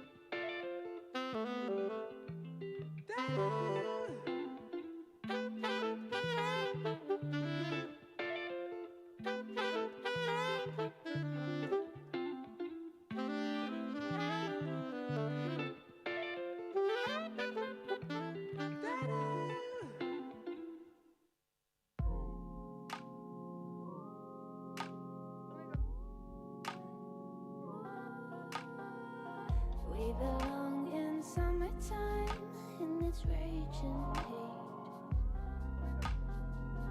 From the dark shadows we hide, we grow strong in the sun. Once we try the water's edge on the brave day, swallowed by incoming tide, we lost someone. If you could give me a good reason, I will come home. But we sit on the throne when we're out to save zone. If we never look back, we can stay young, staying out to save zone. So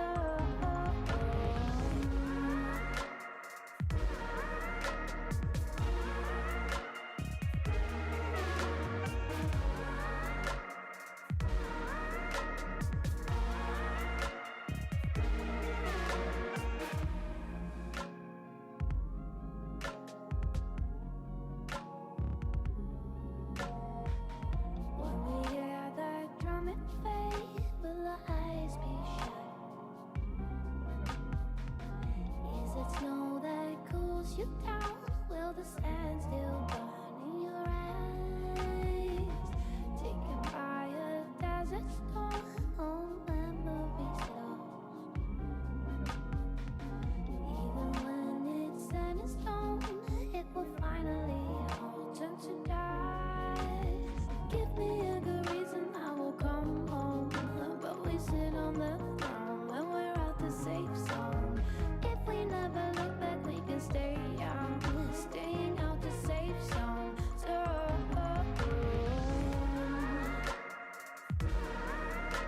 if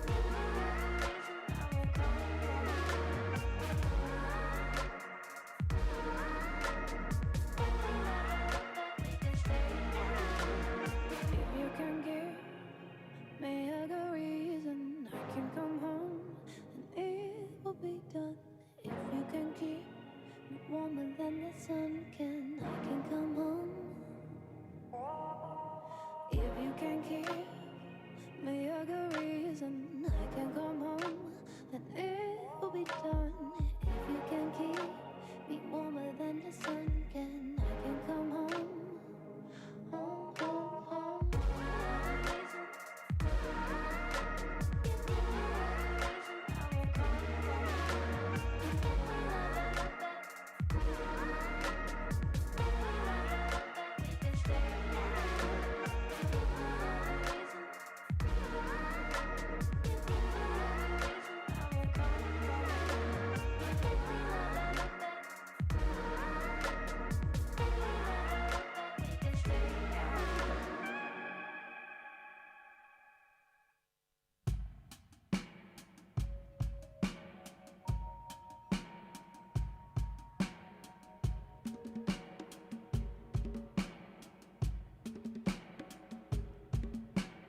Oh,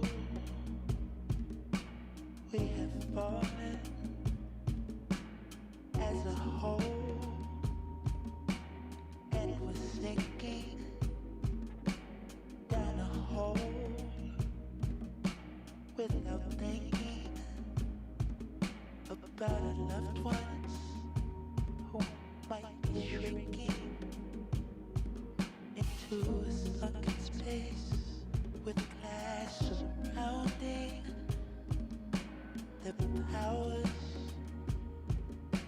that are pounding in the temple, in the mind. There seems to be a complexity to being kind to your space, to your temple, to your neighbors who've seen the changes. We all feel change. Some of us wear masks to hide the pain, and I just wish I could ask. Could deal, oh, what's the deal now? What did you plant in your mother's garden? Could deal, oh, I miss you dearly. What did you plant in your mother's garden? Can we get some? You must see those clouds to these systems that project false beauty, exorcisms, burn it out of my body. This dependency don't help nobody. We're sitting in dark rooms with bags on our heads, waiting for God to touch us. We just wanna be closer. It's overwhelming. Some of us wear masks because some can't adapt. Oh, I just wish I could ask. Could deal. Oh, what's the deal now? What did you plant in your mother's love.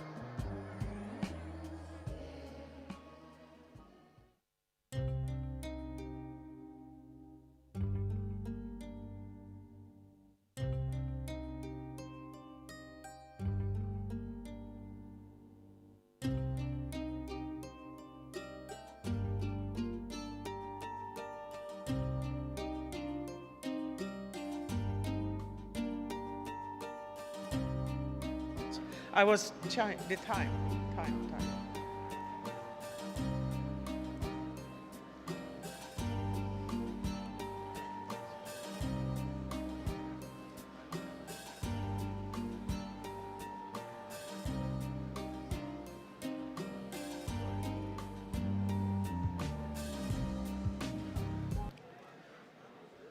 Okay, everybody, I hope you've come back from your coffee break.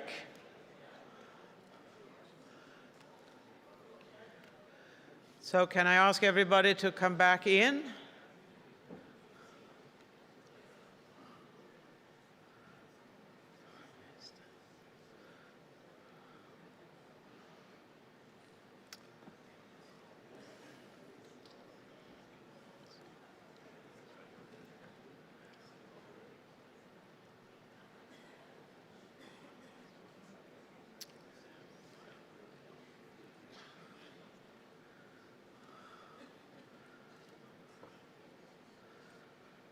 Okay, as I mentioned before when we had the agenda approved, we have added something onto it this year, and that is the awards. And it's my great privilege today to have the position to announce those awards. So, ISO members, ISO officers, distinguished delegates, ladies and gentlemen, our organization was founded in the 20th century, 1946 to be precise. A time when standards played a vital role in progress, growth, and change. Whilst we recognize our history and celebrate past achievements, we know that even greater challenges lie ahead, as some of today's questions put forward. Addressing the 21st century dynamic requires a new vision, a great transition, and a more central role than ever for international standards as technology converges and touches every part of our existence. The Next Generation Award is about finding and developing the standardization talents that will make this happen. Created and sponsored by former ISO President Dr. Zhang, it provides secondment opportunities every 2 years for young standardizers at the ISO Central Secretariat in Geneva. Through a process of mutual learning, exchange, and creativity, the Next Generation Award promotes sustainability in the widest sense and actively develops emerging leaders into the standardization industry. It wasn't easy to choose a person.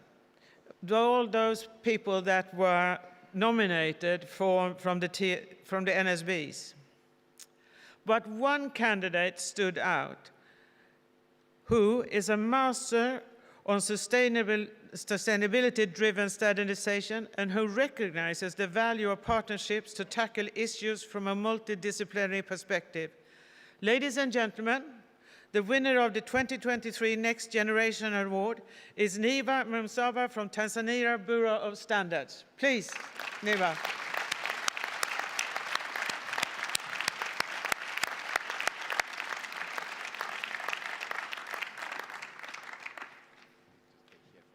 Yes, I got them.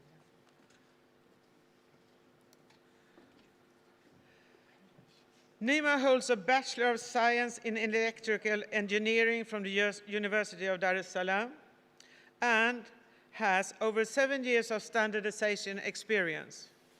A member of the Engineers Registration Board of Tanzania, as such, she plays a vital role in youth empowerment and mentoring graduate women engineers, and currently serves as a standards officer and secretary of the Renewable Energy Technical Committee at TBS. Your passion, as I understand it, is for renewable energy. Advocacy and promotion has not only contributed to the development of the renewable energy standards, but has also to increase availability to clean energy, which has significantly impacted on achieving the UN SDGs for Tanzania. Your secondment to ISO CS will commence early 24. And ladies and gentlemen, once again, join me in congratulating Nima for this certificate.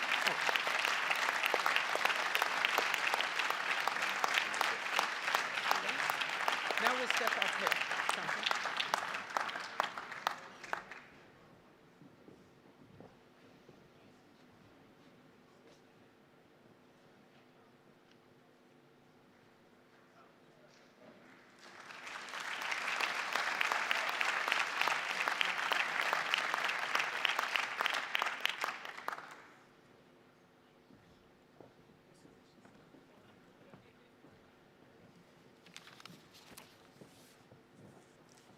Okay, thank you very much, Madam President. My name is Neema Msemwa from Tanzania. My country is located on the eastern part of Africa, famously known as the land of Mountain Kilimanjaro, which is the highest mountain in Africa. You are all welcome in Tanzania. Okay, I'm honored to be with you today and grateful to receive the ISO Next Generation Award. My appreciation to the organizers of this special event, visionary and sponsor of the Next Generation Award, Dr. Zhang, and the entire ISO Secretariat for inviting me today. Thank you very much.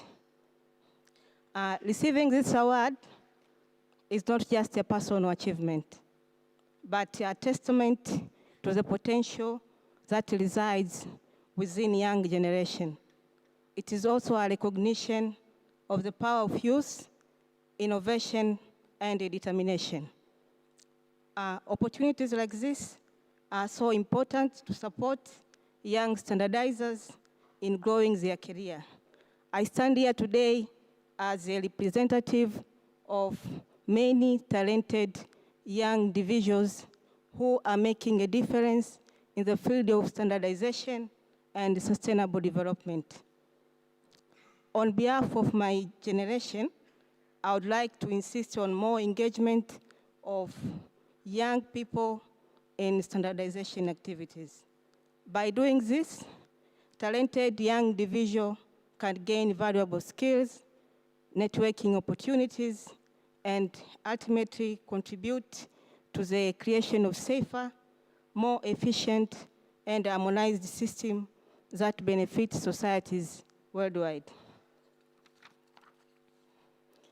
Before concluding my speech, I would like to thank the government of United Republic of Tanzania through Tanzania Bureau of Standards, TBS, my employer, for giving me a platform and opportunity to work and to grow professionally.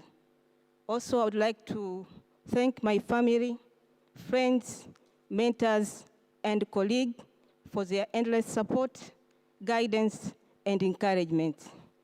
The Next Generation Award will give me international visibility and serve as inspiration to myself and thousands of youth who are working hard and dedicated toward changing the world. Thank you very much.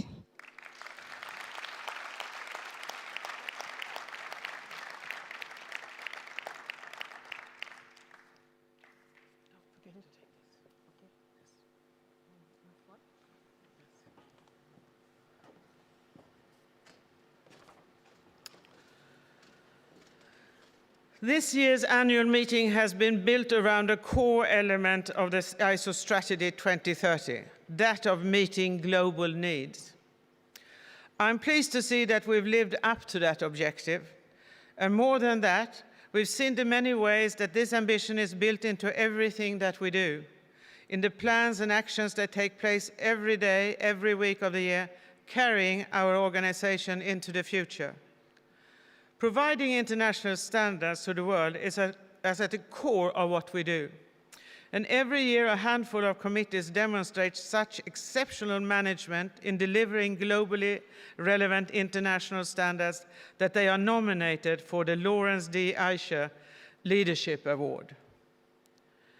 The winner of the 23 Award for Excellence in Standards Development was recently announced as ISO IEC GTC 1 SC42, Artificial Intelligence. And now we shall have a short video.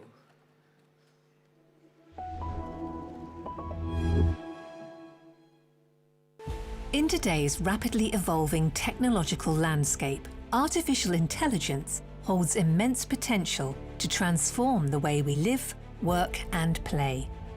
From autonomous vehicles to smart homes, AI is reshaping industries and enhancing human experiences. However, AI's potential also brings concerns about unintended consequences, bias, and privacy breaches. How can we achieve the potential of AI while addressing legitimate concerns about its possible pitfalls? ISO is dedicated to ensuring responsible AI development and deployment.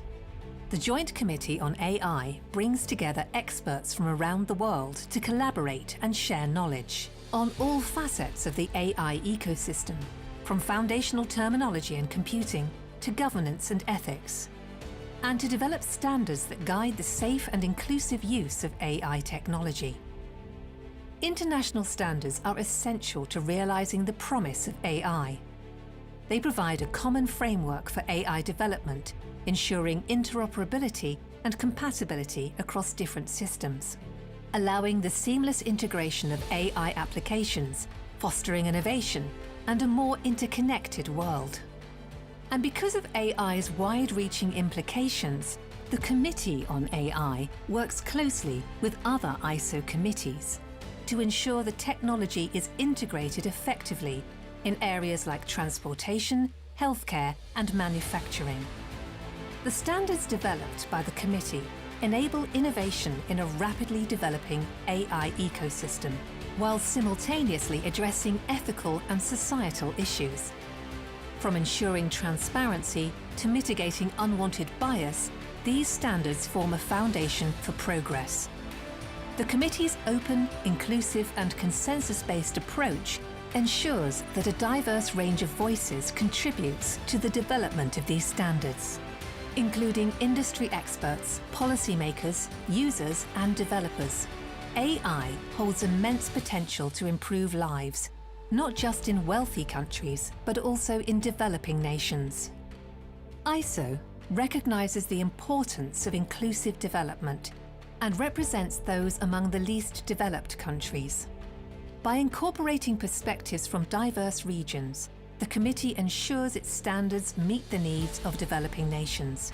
From healthcare to agriculture and beyond, AI can address pressing challenges and unlock new opportunities. In a world where AI is rapidly becoming an integral part of our lives, international standards are part of the solution. ISO's Committee on AI ensures that all of humanity can benefit, while minimizing risks and inspiring trust.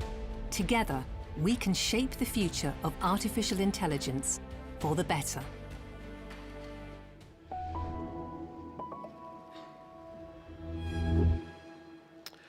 I am honored to present this year's Lawrence D. Eicher Award to the Committee on Occupational Artificial Intelligence. Please join me in congratulating Wael William Diab and Heather Benko, respectively Chair and Secretary for SC42.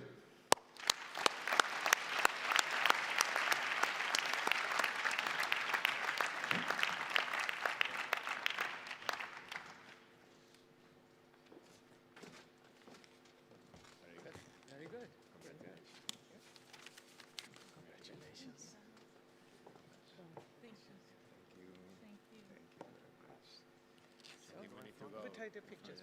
Yes, go right.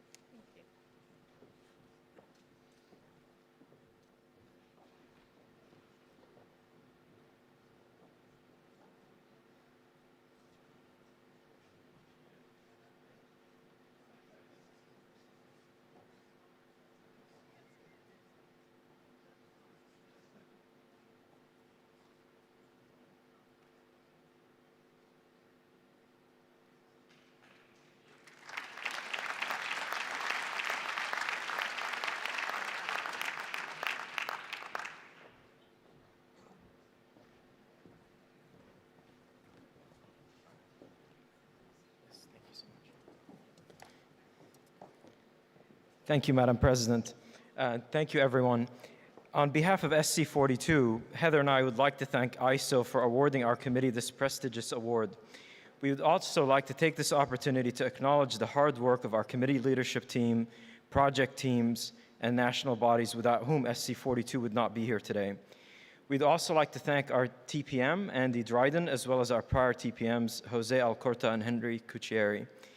SC42 is part of the JTC1 program, and we'd like to thank the JTC1 Chair and Committee Manager, Phil and Lisa, for their continued support and guidance. We'd also like to thank the officers that have served in ITTF during our committee's time, including Andy, Stephen, Jose, Henry, and Gilles. SC42 is a joint committee of ISO and IEC. We have been fortunate to receive outstanding support from both ISO-CS and IEC-CO, including the amazing communications and editorial teams. We do get a lot of support, so I will read the names. Please bear with me. Thank you, Liz, Vivian, Catherine, Barnaby, Roxanne, Arnie, Mike, Gabriella, Laura, Yusra, Claire, Antoinette, Natalie, and Christelle. In terms of the role of international standards and AI, emerging technologies like AI are not only fueling the digital transformation of industry, they are also changing the way how we live, work, and play. As we heard throughout the week, the promise of AI is vast. From healthcare, financial, and transportation to consumer applications and everything in between, AI has the capacity to improve our world for the better and leave a better society for our children, as prior major technological revolutions have done for us. However, we need to do this responsibly. Many analysts would agree that we are at an inflection point with AI. It is precisely at this point where international standards can play the role in simultaneously unlocking the potential of AI while ensuring a trustworthy adoption. Put differently, international standards are an essential part of the solution that will connect the rapid technology innovation with societal requirements. It's an exciting time for the development of the technology and the international standards around it. Whether you are interested in the development or its use, we encourage you to participate in our work through your national body. We'd also like to invite other committees, especially those interested in the application of AI in their domain, to collaborate in this exciting space. Finally, we'd like to draw your attention to a biannual ISO-IEC workshop series on AI that SC42 organizes, which is free to attend and is publicly archived. Regardless of whether you are an AI professional, a standards expert, or simply interested in this space, we invite you to join us there as well. Thank you again for the opportunity and prestigious award. On a personal note, we would like to thank our families for their support of our work in SC42. Thank you very much.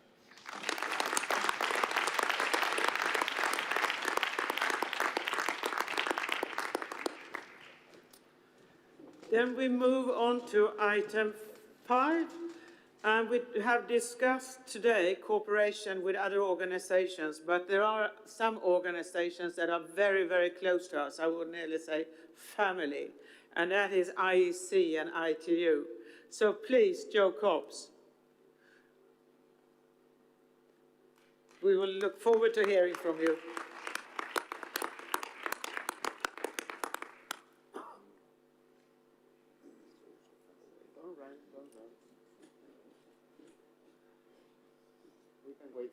It's okay, it's okay. Take your time.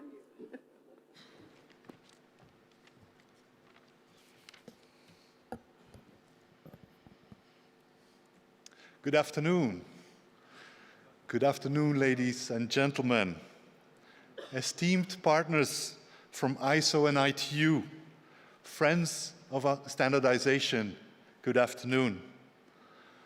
I am delighted to be here today to emphasize my firm belief that the collective efforts of our three sister organizations, ISO, ITU, and IEC, can reshape the world as we know it. That depends on all of us. And as the president of the IEC, I am extending a heartfelt call to action. It is a call that transcends boundaries and a call that envisions a future crafted through synergy and collaboration. At the International Electrotechnical Commission, we see our point of arrival as a digital and all-electric society. That means a world where technology becomes an enabler of profound societal change. The digital and all-electric society aligns with all of the United Nations Sustainable Development Goals, and in particular with goal number 7, which seeks universal access to affordable, reliable, and clean energy services.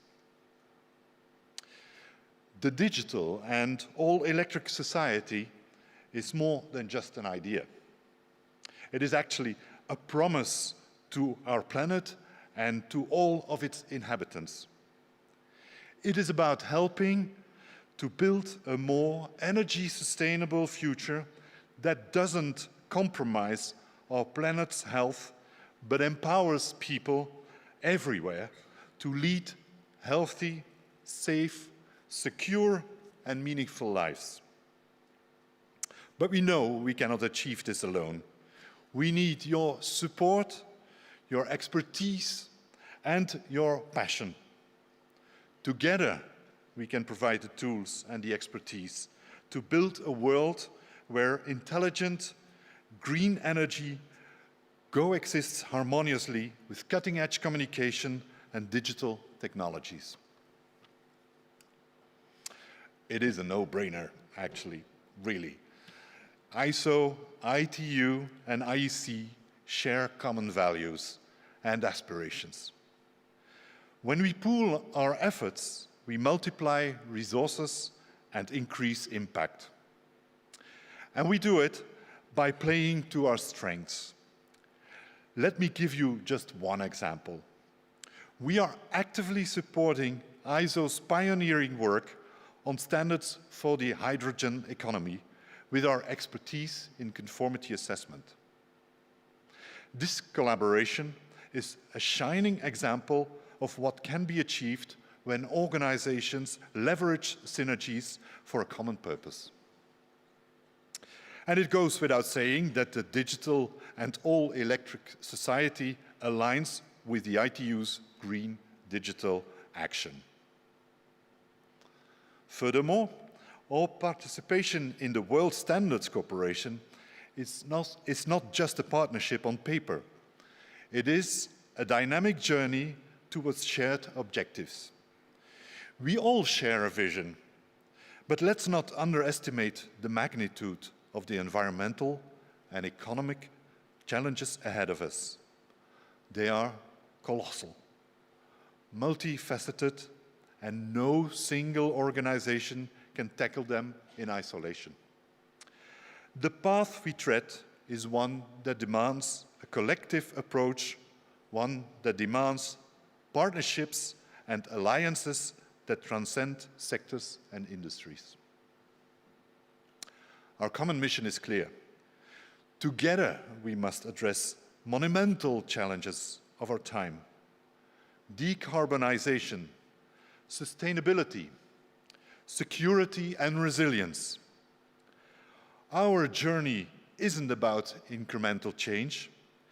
It is about embracing a holistic perspective that harnesses disruptive technologies and ethical designs to surmount these challenges. In closing, I want to underline that ISO, ITU, and IEC are so much more than just standards development organization. We are catalysts. We are catalysts of transformation.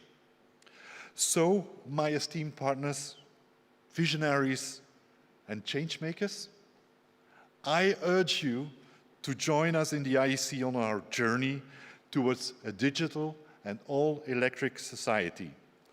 Join us in shaping a narrative of collaboration, innovation, and a future that transforms our aspirations into a triumphant reality. Thank you very much.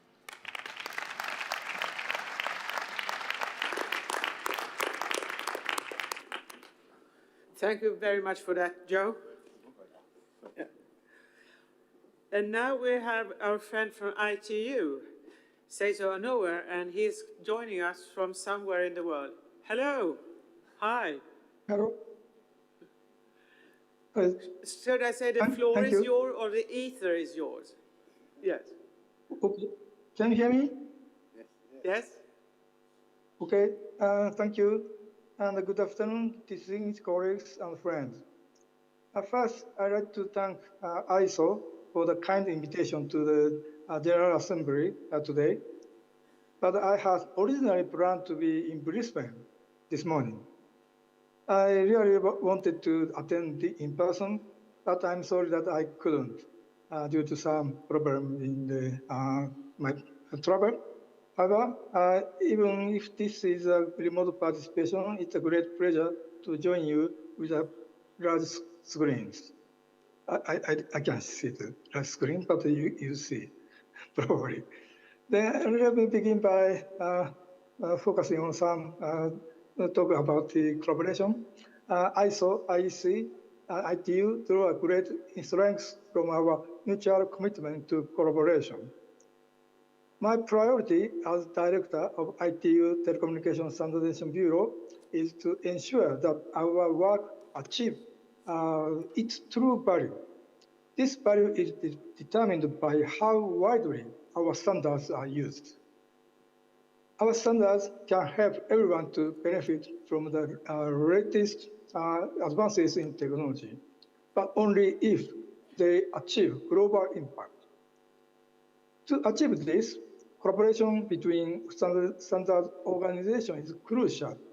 A single organization cannot do everything, and has some limitations in its reach. Our standards support innovation at scale, as cost-effectively as possible.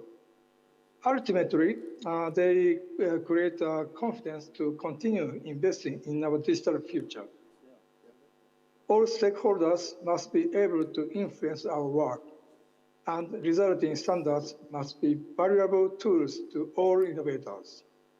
That's why the cooperation of ISO, IEC, and ITU is so important.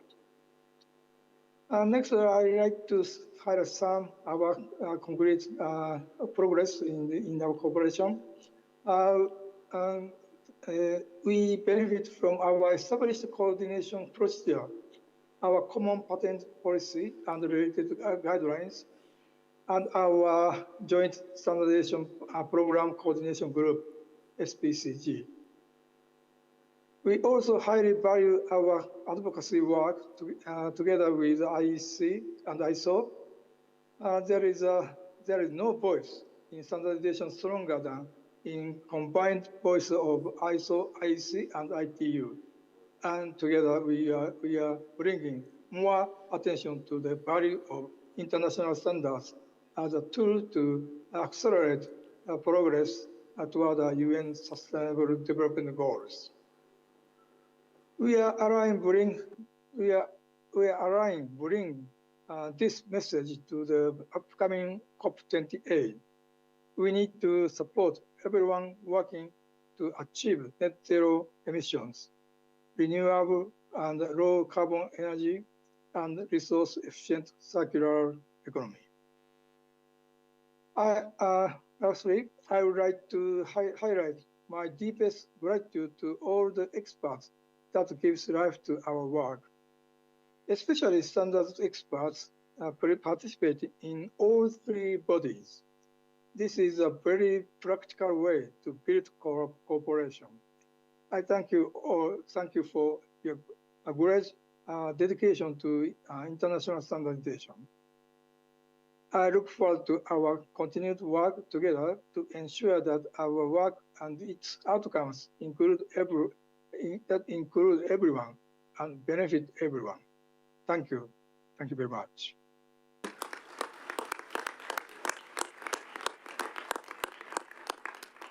Thank you very much for coming this through the ether to us today in Brisbane. And as you all know, we had the World Standards Cooperation together, and the 14th of October is for all of us a special day when we had the World Standards Day. You all know that. So let's then move on to item 6 and confirmation of the updated ISO Strategy 2030 and its Vice President Policy. Please, Christophe.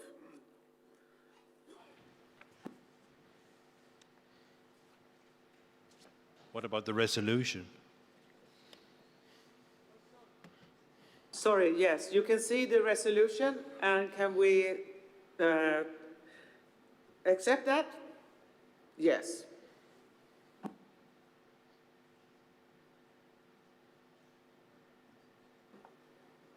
And there is another one? It's okay, it's the same, yes, yes. So don't confuse me.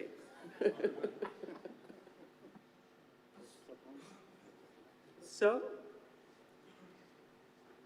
Here we go. All right. Yes, please, Christophe. So now then we are ending up on the topic that is very close to my heart. You all know that we have embarked in this journey in the year 2020, and we had a lot of discussions. What should be the level of ambition on a new strategy? Should it be 3 years as usual, or should it be a more long-term strategy? And the discussion started with, do we see the need for change? Are we willing to question our existing system? And are we able to do that dramatic change within 3 years? And the answer was no, because everybody said in 3 years the system will not be dramatically different from where we started from. But in 10 years' time, and that was the answer from every single one of us, in 10 years' time it will be different. So let's prepare for a 10-year, let's say, standardization system. And that's why we had a strategy defined for the year 2030, which is very ambitious on one hand. So we needed a very inclusive and collaborative process that is not only the governance of ISO, it's including you as members, it is including partners, and it's including our stakeholders to really contribute to define such a long-term strategy, which will define the way forward that this organization needs to evolve. And we ended up in a strategy 2030 that consists about the vision statement. You all know that, making lives easier, safer, and better. We agreed on a mission. So what is our mission? We did break it down to goals and priorities. Based on these priorities, we developed a rolling implementation plan, a measurement framework, and we started various strategy implementation programs that will help us to really do a step-by-step implementation of this strategy. But what we agreed upon in the very beginning is since it's a 10-year strategy, we need to have a constant review of the strategy because the world around us is changing dramatically. We have to at least verify that we stay on course and that we are flexible enough to adapt our strategy if we see the need to do so. So in the very beginning, we already agreed we need to have several steps how to review our strategy on the way to the year 2030. And the first step was to do a light touch review after 3 years. And that's actually what we have been doing. And again, we did do it in a very inclusive process involving all of our members, giving you the opportunity, and that was the trigger point with the member survey. How confident are you that we are on the right track with the strategy? Do we need to change the strategy? Is our vision still valid? Are our goals still valid? Or do we need to change the priorities? We used that survey. We had a workshop on council level to really look into the different elements of our strategy to find out, can we confirm the strategy or do we see the need to change it, to adopt and adapt certain aspects of the strategy? And then to do that, we initiated a task force, which I was happy to lead, consisting of various parts of this organization, to really come up with a proposal whether we confirm the strategy or we really recommend certain steps, how to improve, upgrade, add things and elements to our strategy. And that recommendation was actually brought to Council, and we concluded on a few minor changes of the strategy. And that will be presented to you today to confirm those changes. But in the process, we took the liberty not only to look at the strategy, so where are we heading, but also, are we making progress in the strategy implementation? And what is kind of preventing us from accelerating these kind of implementation projects? And the clear result was members' inclusion. We need to have an in-depth dialogue with you. And that's not me giving a presentation, providing more and more documents about what is happening in ISO/CS. It's having a dialogue with you.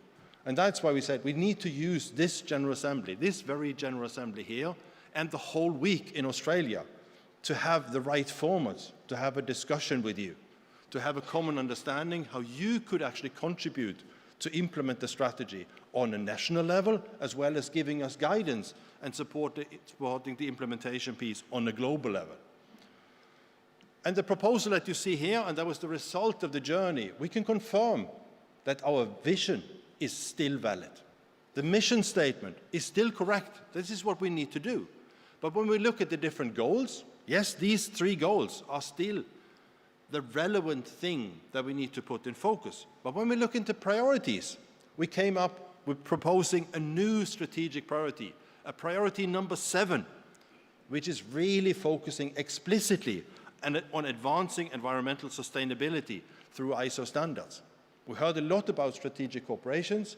We heard about ISO trying to partner up with other organizations to be a visible player in the climate summits, in the different COP events. So that is something that is very close to us, where we can make a major contribution. So our proposal is to add a priority number 7 around environmental sustainability, which will include aspects of diversity. It will but also include all the aspects about climate, last but not least, kind of growing into kind of addressing all the aspects of the 3 planetary crises. I think that is very important. So that is what I need to get confirmation from you, to endorse this kind of updated strategy, which is basically confirming that we are on the right track, getting your approval to integrate a 7th priority, but most important, to get your commitment to work together with us on the implementation. And I think the most important thing is to have the necessary formats. There was few questions regarding the strategy in the General Assembly, but there was lots of questions during the strategy cafe session. So that's also some kind of feedback that we need. Is that the right format? Do we need more of these formats to have a regular exchange with you that is not only increasing the level of awareness about the strategy, but engaging you in the implementation of the strategy? And I think that's where we need to improve, where we need to accelerate.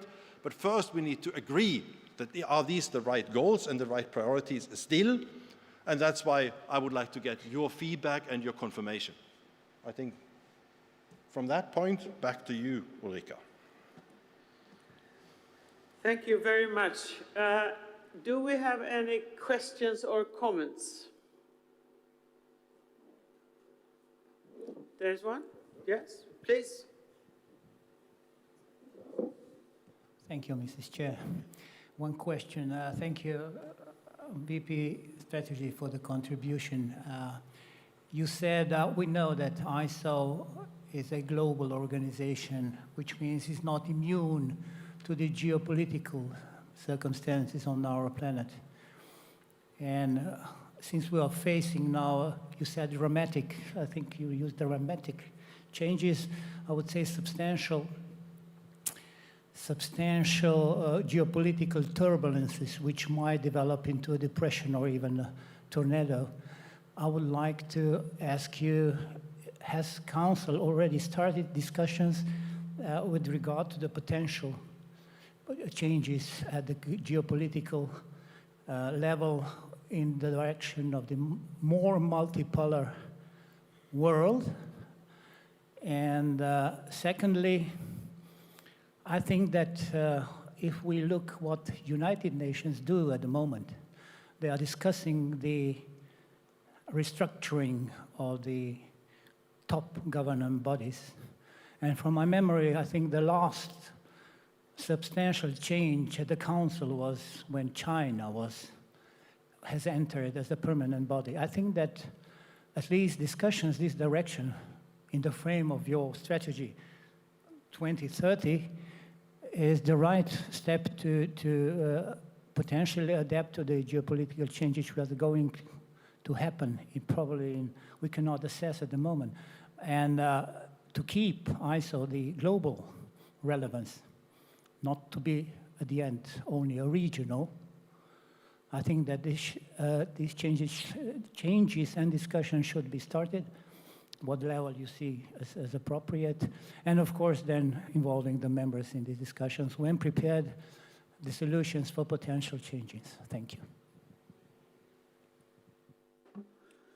Well, as you all know, we are a non-political organization and with an open atmosphere to all countries to join into the standardization work that we do and then deliver standards to all the countries in the world that are interested and are our members. And I think that is where we will be even going forward. But I don't know, Christophe, do you want to have an extra comment on this? Yes, please. I mean, this is a true international group. I don't see any kind of trend that we are falling apart as a standardization community. And we have a job to do. This is a non-political discussion. It's about finding consensus on where are the technical solutions to address the strategic problems of this planet. And that's where we have to come together. And we are coming together. And that's the good thing. So it's kind of a counter trend to what we see on the area of the United Nations, if you want it like this. But on the other hand, addressing your question, do we really see the need to change our governance? We will embark into a governance review next year. That's a regular process to look into how can we, from a governance point of view, support these dramatic changes and the ambition that we have defined in our strategy. And one thing we, for example, found out is we need a much closer cooperation between the technical management board and the strategy and policy activities we have on the council level, which will require kind of a new interfaces and a new way of working, maybe even questioning the way how we elect people to work on the different governance bodies. So that's a process that will start, not as a problem statement, but as a regular process. But we will utilize all the feedback and the process that we have started on the strategy implementation to kind of take that into consideration when you review the current governance structure and then come with a proposal if we see the need to change. I think it's also fair to state that we do have international standards to create a level playing field in competition between companies. So I think this is crucial that we keep that in mind, whatever changes we do in the world, from one direction to another, is to create a level playing field for competition for all the companies. And that is a core value that we create with our international standards. Any other questions or comments? Okay, then we have a resolution. And, oh, sorry. Eddie, sorry. My special advisor, Eddie, please. Thank you very much, Christophe, for that presentation. It is indeed gratifying to see that there are not too many changes. It shows the amount of work you had done in 2020. I just wanted to ask you in terms of the regional engagement and how that can be used, for instance, to advance and implement the implementation of our strategy 2030, and whether you are using that and how we can be able to get the members themselves a lot more engaged through the regional engagement policy. Thank you. Thanks a lot, Eddie, for the question. We have a regional engagement policy, and we have initiated, let's say, a regular dialogue with the members on a regional level. So I can only encourage you, take part in these discussions, because that would be kind of a low-level possibility for you to ask questions, to have a better understanding of where we are heading, and most important, kind of to volunteer to contribute in certain aspects. So that will be the natural entry point. If you have questions regarding what is happening in ISO/CS, what are we doing in the strategy implementation, and most important, to initiate this kind of dialogue. How can you get support from ISO in implementing the national part of your strategy? Okay. Now better look around again to see if there's any more comments. No?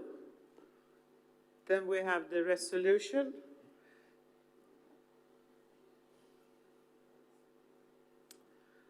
Can we approve it? And I hear a big yes. Yes. Thank you. Then we come to item 7, and it's approval of the ISO/CS audited financial statements for the year ended 31st December 22, and I give the floor to Jean-François, our treasurer. Ladies and gentlemen, may I first thank you for welcoming me in the ISO family. Article 6.2, letter C of the statutes provides that the General Assembly shall approve the audited financial statements of the organization upon recommendation from the Council. Such recommendation resulted from the Council meeting held on the 14th and 15th of June 2023 and the corresponding resolution 31 of 2023. According to the rules of procedures, the audited financial statements were presented to you, the member bodies, by the Secretary General in his communication of 23rd of June this year. These include the balance sheet, the revenue and expenditure accounts, and the cash flow statements. Silvio Dulinski reminded us earlier that ISO/CS registered a net operating surplus of 2.4 million Swiss francs last year, but a net financial loss of 2,740,000 Swiss francs due to the losses on the financial markets in 2022, thus resulting in a net deficit of 341,000 Swiss francs. Council's recommendation to the General Assembly is to approve the audited financial statements of ISO/CS for the year ended 31st of December 2022, as included in the report of the auditors, to note the net deficit of 341,000 Swiss francs at end 2022, and to take the following actions: to partially dissolve the reserve for market fluctuations for the amount of 1.8 million Swiss francs in order to cover for the net deficit of 341,000 Swiss francs, but also to increase the general fund by 1,459,000 Swiss francs to a total of 21,478,000 Swiss. I remind that general fund is equivalent to 6 months of the 2023 expenditure budget of the ISO Central Secretariat in accordance with the management policy of the general fund. Thank you, Madam President. Thank you for that. Are there any questions?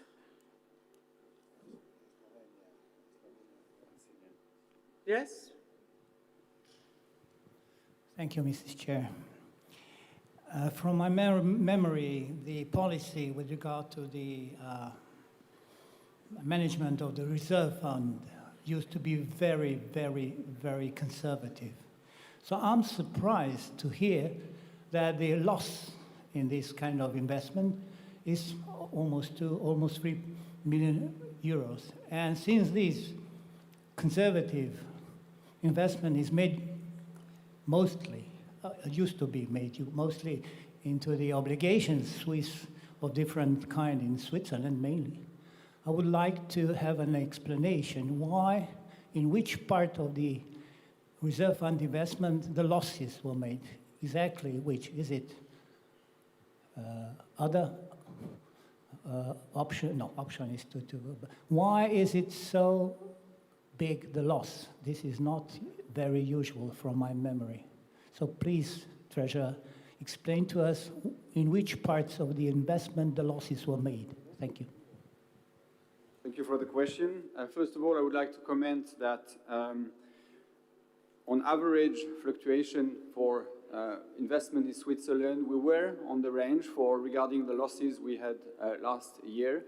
What I also want to comment is that we were under a passive management by the asset managers we had until end of last year for managing the general fund.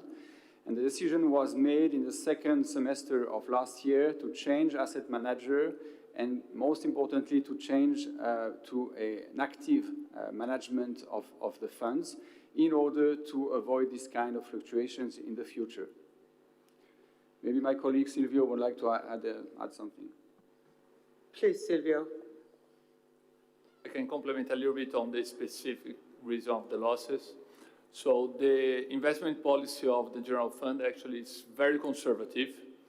And that means that more than 50% are in fixed bonds, fixed rate investment. So in 2022, there was a very strong raise of the interest rates by the European Central Bank, all central banks. And when you increase interest rates, the value of fixed bonds decrease. And that's what happened. Fundamentally, more than 50% of our investments were in fixed bonds, increase interest rates, the value decreases. And we had the 21 million, therefore more than 10 million in those fixed bonds, and that led to these losses. That's fundamentally increase of interest rates in a very conservative investment policy. And the same as most pension funds have suffered exactly the same because they follow the same policy. Pension funds have their money also in fixed rates, and all experiencing severely loss exactly because of the increase of interest rates. Thank you. Thank you for that. Any more questions, comments? No, I can't see any hands. Then we'll have the resolution.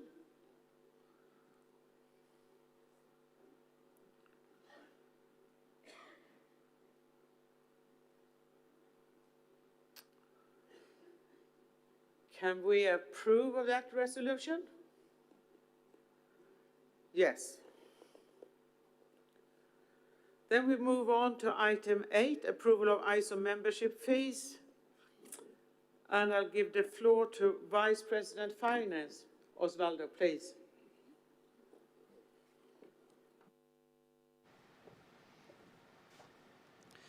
Okay. Thank you.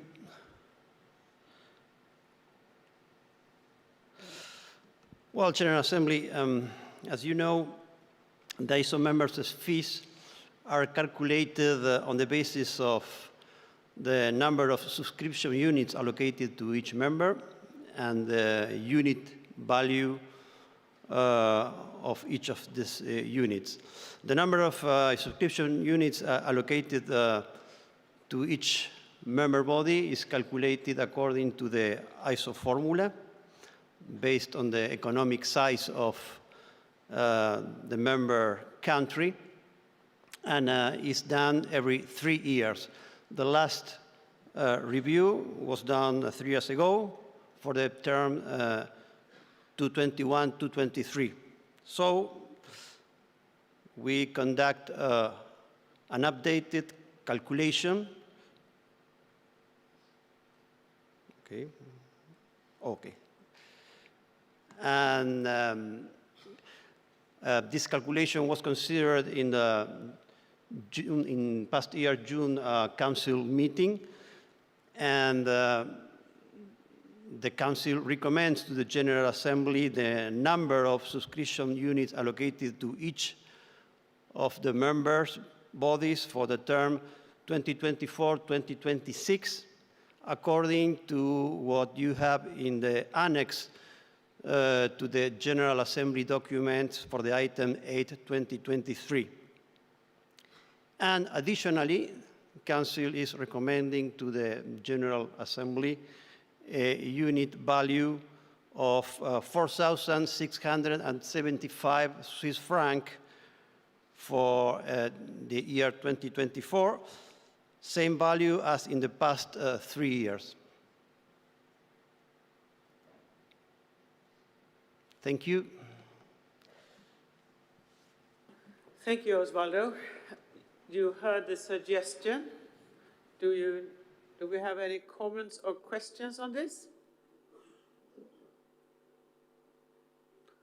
Doesn't seem to be the case. Then we can have the resolution.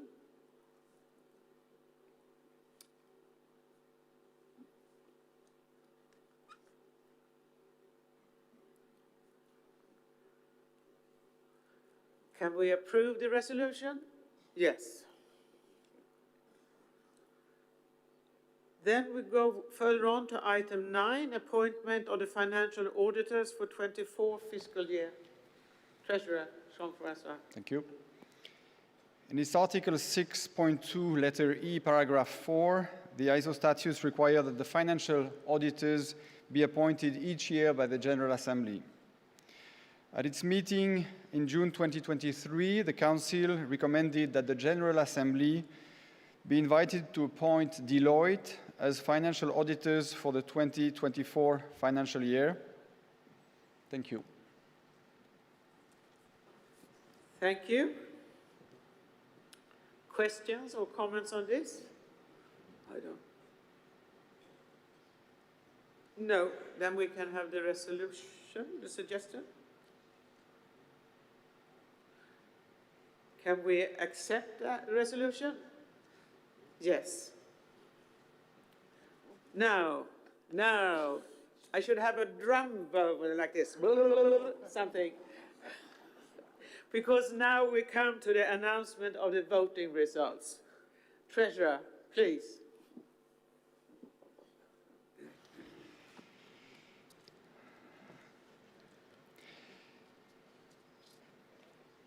We had two voting processes this morning. First of all, as per the Article 25.2, 2/3 of the member bodies were represented for voting by the head of the delegation to amend the statutes. Member bodies voted this morning and approved the amendments to the statutes as set out in the Annex 2 to documents GA 10 of 2023 to enter into force immediately. 118 member bodies were represented out of 125. Results of the voting is 118 approvals, which is an incredible sign of trust and confidence in your Central Secretariat. We thank you for this.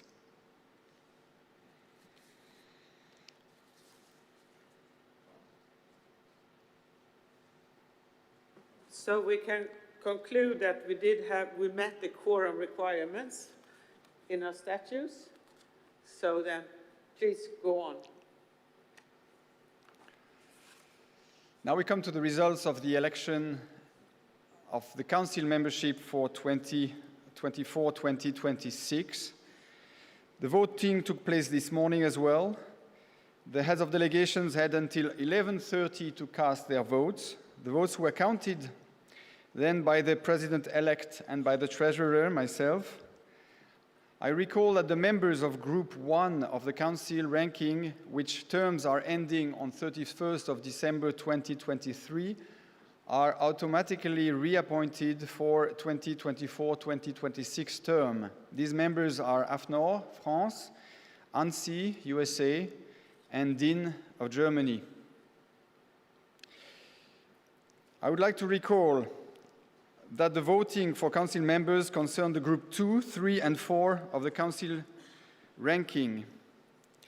The members' bodies were invited to elect 1 out of 2 nominated member bodies for Group 2, and you can discover the results. CATS, 67 votes, SIS of Sweden, 48 votes. They were invited to elect 2 of the 6 nominated member bodies for Group 3, and I invite you to discover the results. CTRM from Kazakhstan, 5 votes, SASO from Saudi Arabia, 48 votes, SII from Israel, 19 votes, SN from Norway, 45 votes, SSC from Singapore, 75 votes, STAMEC from Vietnam, 15 votes. Therefore, SSC and SASO are elected.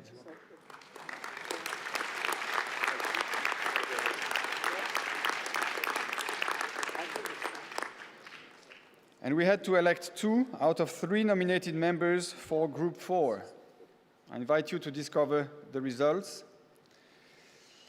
Bahamas, BBSQ 70 votes, Inorpi from Tunisia 67 votes, and UNBS from Uganda 58 votes. BBSQ and Inorpi are elected.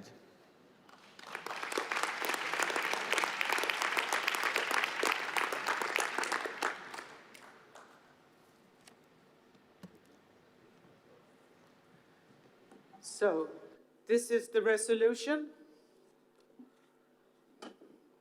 The resolution that we've all been waiting for.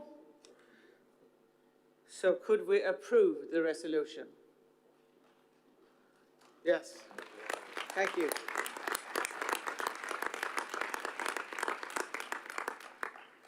Then we come to the reappointment of Vice President Policy. And you all know who that is, I hope. Sergio? Thank you, President. The term of office of Christophe Winterhalter, Vice President Policy, will end on the 31st of December 2023. Mr. Winterhalter is completing his first term and is eligible for a second term. At its meeting in February 2023 in Geneva, Council recommended that the General Assembly reappoint Mr. Winterhalter as Vice President Policy for the 2024-2025 term and decided not to invite nominations for the role. This information was communicated to the members' bodies by circular letter dated 28 March 2023. So I'd like to invite the General Assembly to reappoint Mr. Winterhalter by applause.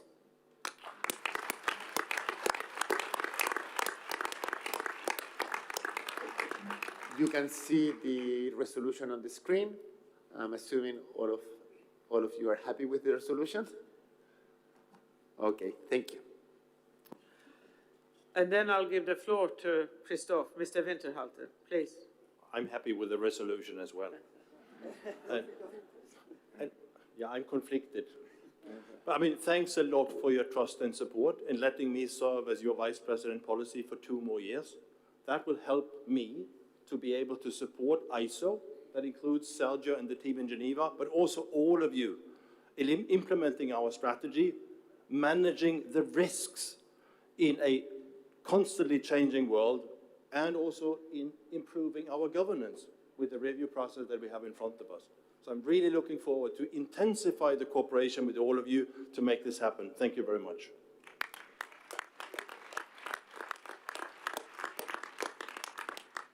Thank you for that, Christophe. Now we come to item 11, any other business, and the next meeting. So first of all, I'll give the word to the Secretary General, Sergio.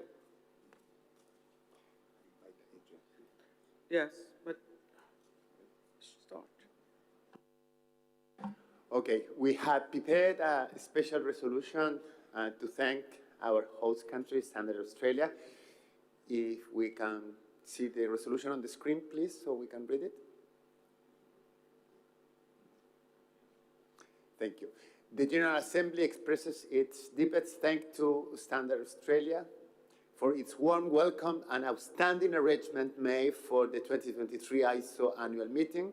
The General Assembly expresses its sincere gratitude to the staff for their cooperation before and during the event, which greatly facilitated the proceedings and contributed to its success. Please, Adrian, come up, come up, come up.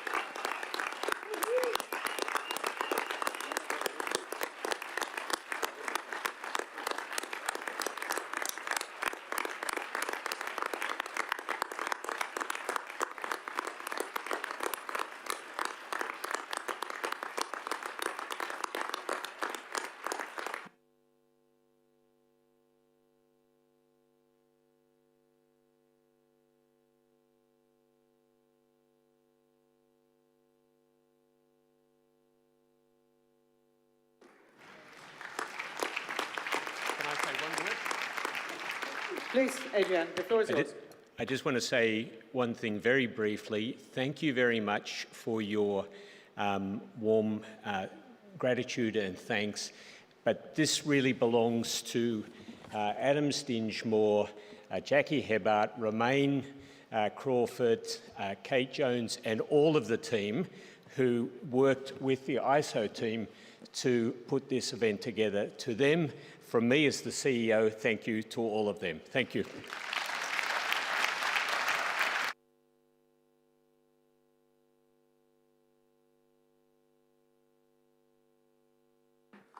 Thank you very much for that, Adrian. As you all know, the next meeting is in Cartagena de Indias in Colombia, and I asked Mr. Roberto Montoya to come up to here to give us the presentation of the next venue.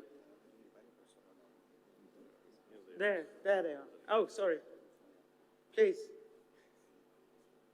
What?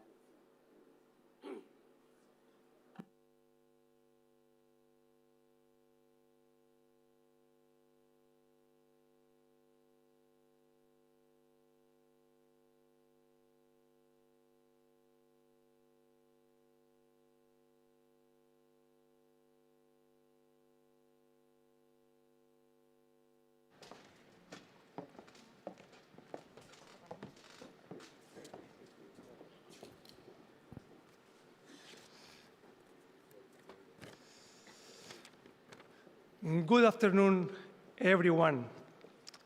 On behalf of Econtech and myself, we would like to thank again Standards Australia for the outstanding organization of this ISO Week 2023.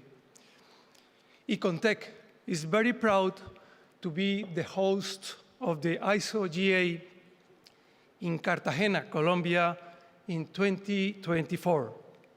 Certainly, it's an honor for us, especially for Monica, Andrea, and Danielle, who came with me to Brisbane to invite you. There is no better way to introduce you to our country, Colombia, often referred as the country of beauty, than through the following videos. I invite you to watch it.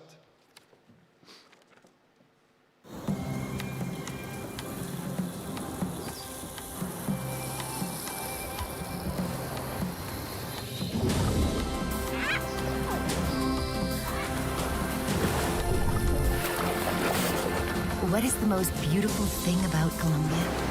What is its true beauty? People are everything. And while sailing a river that runs through the jungle becoming the sea, you can hear more than 65 indigenous native languages.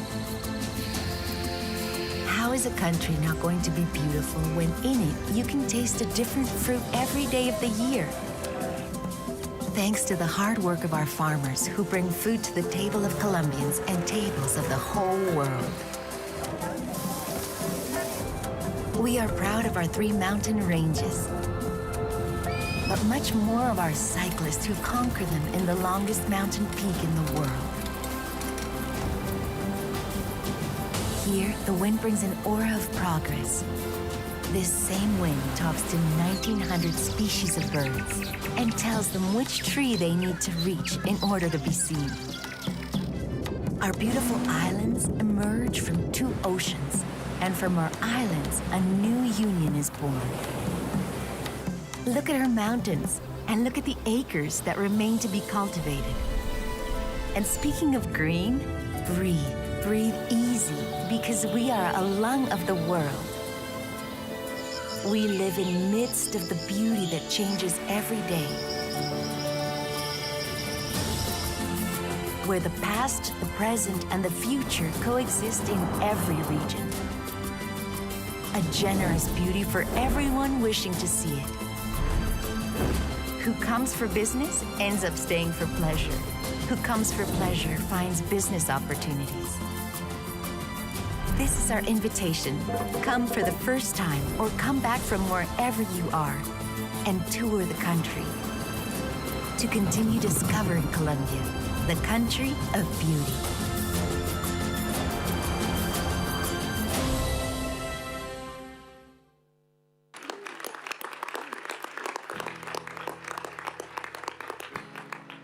We are facing a moment in which every decision we make counts. A time where good faith, resilience, and hope are fundamental because we know that the steps we take and the choices we make leave a mark. And every single person has so much to contribute to this journey where we are creating a better world for humanity. Colombia, one of the countries with most biodiversity in the world, is taking a stand today to become a power of life. There is something unique that lives in the hearts of those born and raised on this earth. Something that millions of people with diverse backgrounds, accents, sayings, cultures, territories, and traditions have in common. It inspires us to express ourselves, live, share, or enjoy in countless ways. It is that which brings us together when we say, ¿Y qué hay para hacer?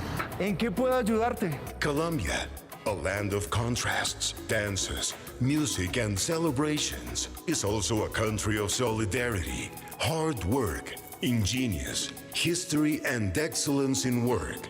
It is the country of beauty. When you get to know us up close, you can see how much we care about making everything better. How proud we are to say that a part of the Amazon, the world's lung, belongs to Colombia. Our land is recognized for the green of its fields and mountains, which treasure thousands of species and contain all climates in a single country. From Icontec, we have focused on strengthening what makes us unique: our energy, kindness, talent, passion, and sustainable growth. Because we know that in Colombia we have millions of reasons to create a future with purpose. A future where large corporations and small businesses, individuals, institutions, and government collaborate and work together for integral quality and sustainable development. Today, we are thrilled to host and welcome representatives from many countries at the ISO 2024 annual meeting in our country. A meeting in which all voices shall be heard. We will meet in a place that gave origin to magical realism, the one that Gabriel García Márquez captured in Cien Años de Soledad, when he recognized the charm of its marshlands, its people and customs, and that now is known in every corner of the world. Without a doubt, Cartagena is the most appropriate space for us to continue finding solutions to global challenges through dialogue and collective construction in the field of standardization. These challenges include market access, energy transition, inclusion, diversity, and sustainability, which will enable us to enjoy a life that is increasingly easier, safer, and better. It is an honor for both Icontec and Colombia to welcome the global standardization community and invite you to share an unforgettable coffee in Cartagena de Indias, the city with more color, memory, and flavor that you can visit within the most beautiful and welcoming country you can explore. Welcome to Cartagena, Colombia. Welcome to the ISO annual meeting 2024.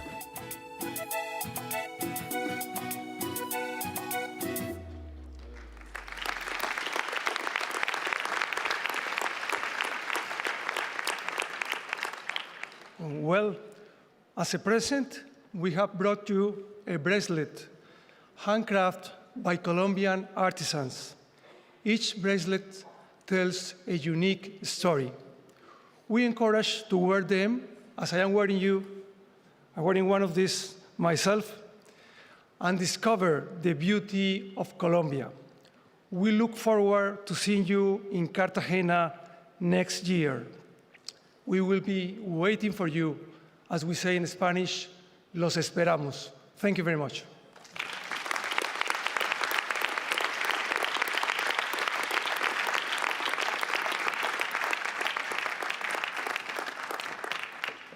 Thank you very much, Mr. Montoya, for that lovely presentation of next year's venue.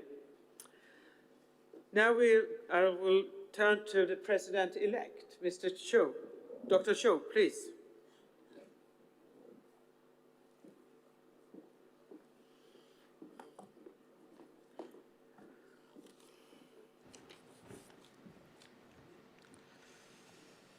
Thank you, President. Ladies and gentlemen, valued members of ISO, I stand before you today with profound gratitude for the trust you have bestowed upon me to serve as your next president. It is an honor I cherish deeply, and I pledge to do everything in my power to contribute to the further growth and progress of our esteemed organization. I must acknowledge the exceptional leadership of President Franke for guiding us with strength and vision through the complexities of post-pandemic world and keeping our organization on track to deliver on our 2030 strategy. Her dedication and resilience have been exemplary, and I recognize that following in her footsteps will be no easy task. However, as President-elect, I have the greatest advantage of her guidance, which has set me in good stead to take on the challenges that face our organization and the wider world.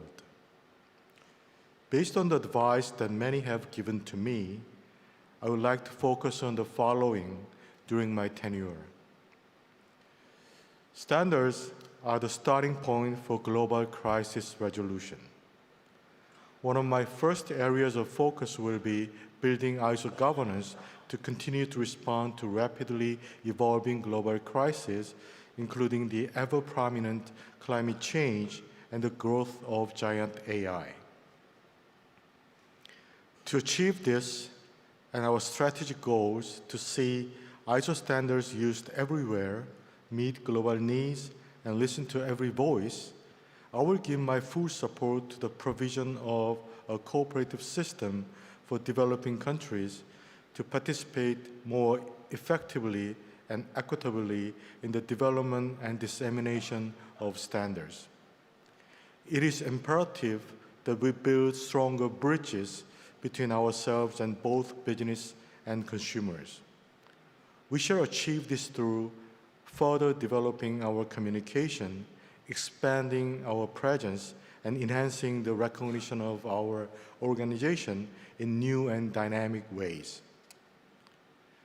An essential part of growing this awareness is my proposal to establish a comprehensive standards education system for a better world based on our capacity building, and this could raise awareness of ISO for all ages and fields, from school to experienced professionals. Of central importance to achieving all of these aims is the realizing the ISO Strategy 2030 in a sustainable and responsive manner through close collaboration with the Secretary General, my special advisor, and all ISO members. I firmly believe that our national standards bodies play a pivotal role in this work, acting as crucial facilitators and enablers. ISO and its members have a critical responsibility to the companies and organizations that rely on us for relevant standards. The world around us moves at an ever-increasing pace, and we must acknowledge its influence on us. In order to continuously build on our reputation as the world's leading standards organization, we must continue to innovate and adapt. Timeliness in delivering new standards is vital.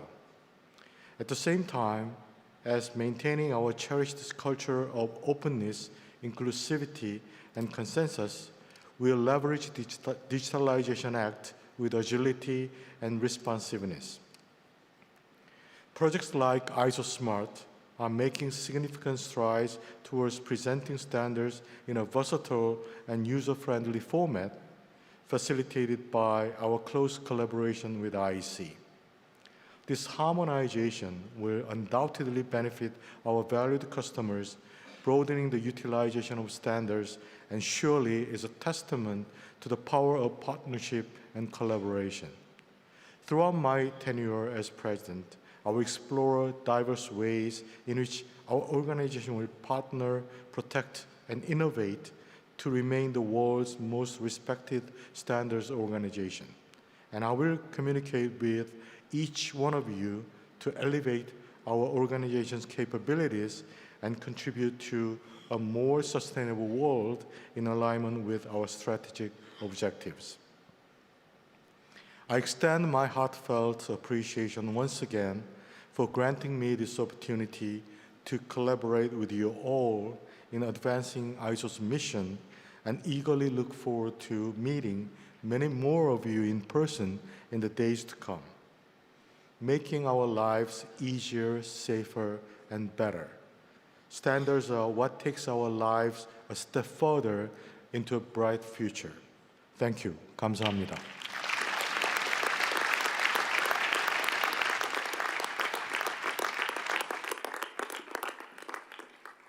Thank you, Dr. Chu, for that. And then I'll give the floor to Secretary General Sergio, please.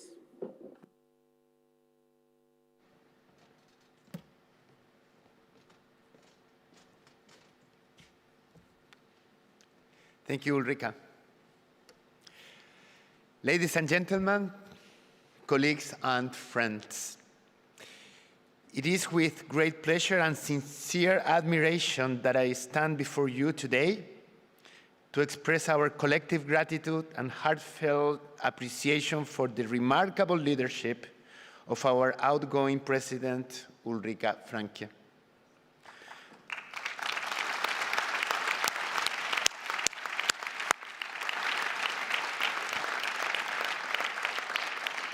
Throughout her tenure, she steered our organization with unparalleled dedication, enthusiasm, and vision. She has advanced the implementation of our Strategy 2030, leaving an indelible mark on ISO's journey. As the first female president of our organization, Ulrika set a long overdue precedent, but it's not only this that she will be remembered for.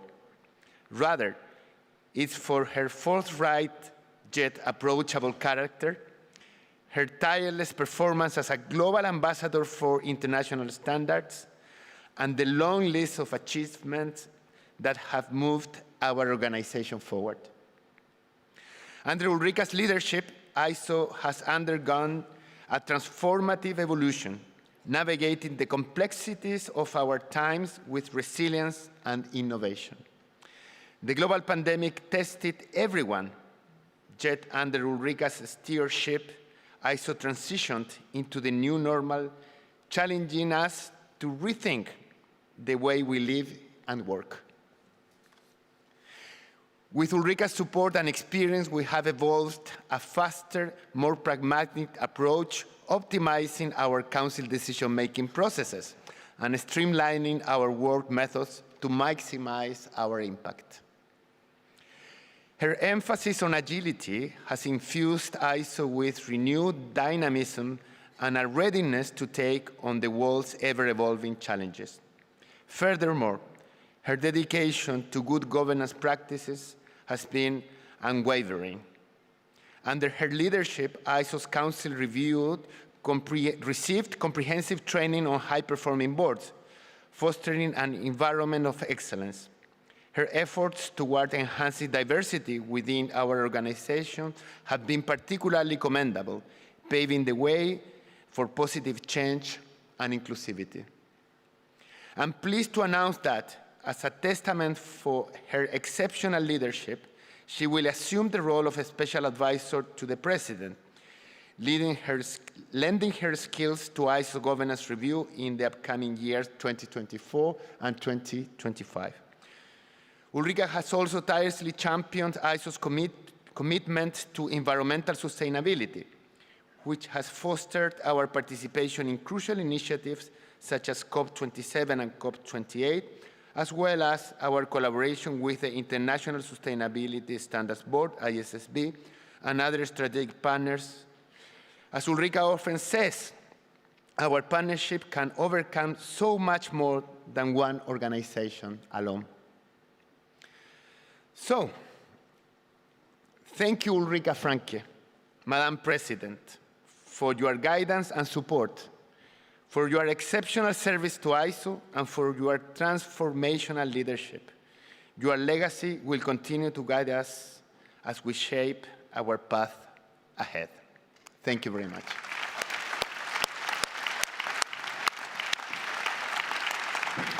Well,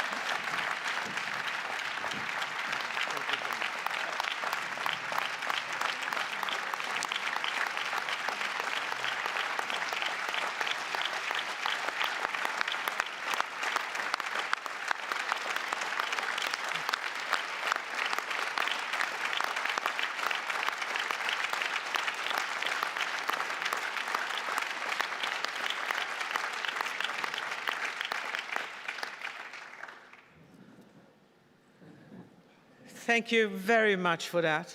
It's really, really, I'm starting to cry a bit, I think. You know, when I was asked to take on this presidency, I really didn't know anything what it meant. But they believed in me and said, you can do it. And I said, my experience of ISO is none. But you, when we're working with other organizations, you will be fine. That's what my home team in Sweden said. And then I came aboard, and you know it was COVID.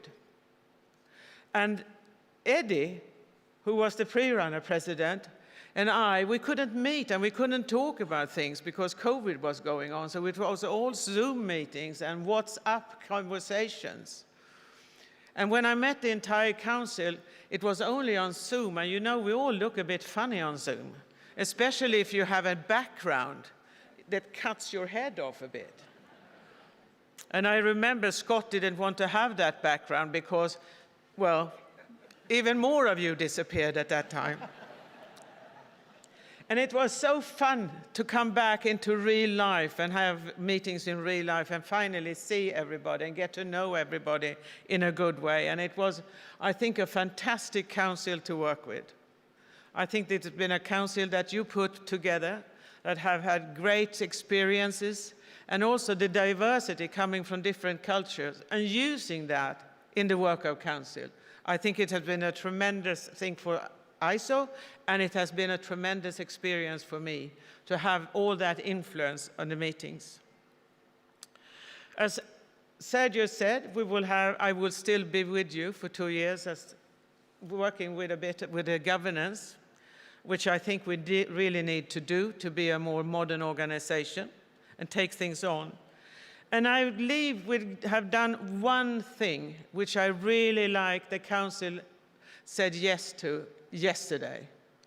And that is, you know, that all presidents have been sponsored by their home NSBs to take the coverage and cost for the presidency. That will not be the case in the future. All presidents will then be coming out of the budget from ISO. And that means that all countries, all members then can nominate a president, because you don't have to look into your own economy.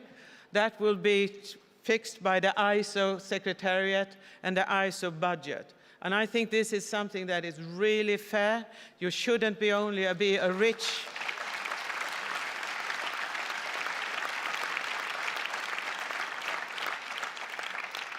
It should not only be to the rich NSBs to have a president.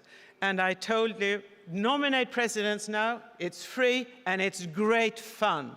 Thank you all for these years.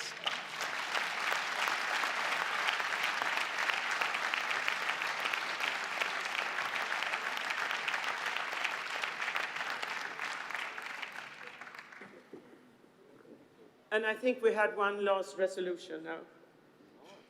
Did you have it up? Okay. Okay. Then I will close. Here it comes. General Assembly. It's approved already. Okay. Then we will close the 45th General Assembly. Thank you all for today.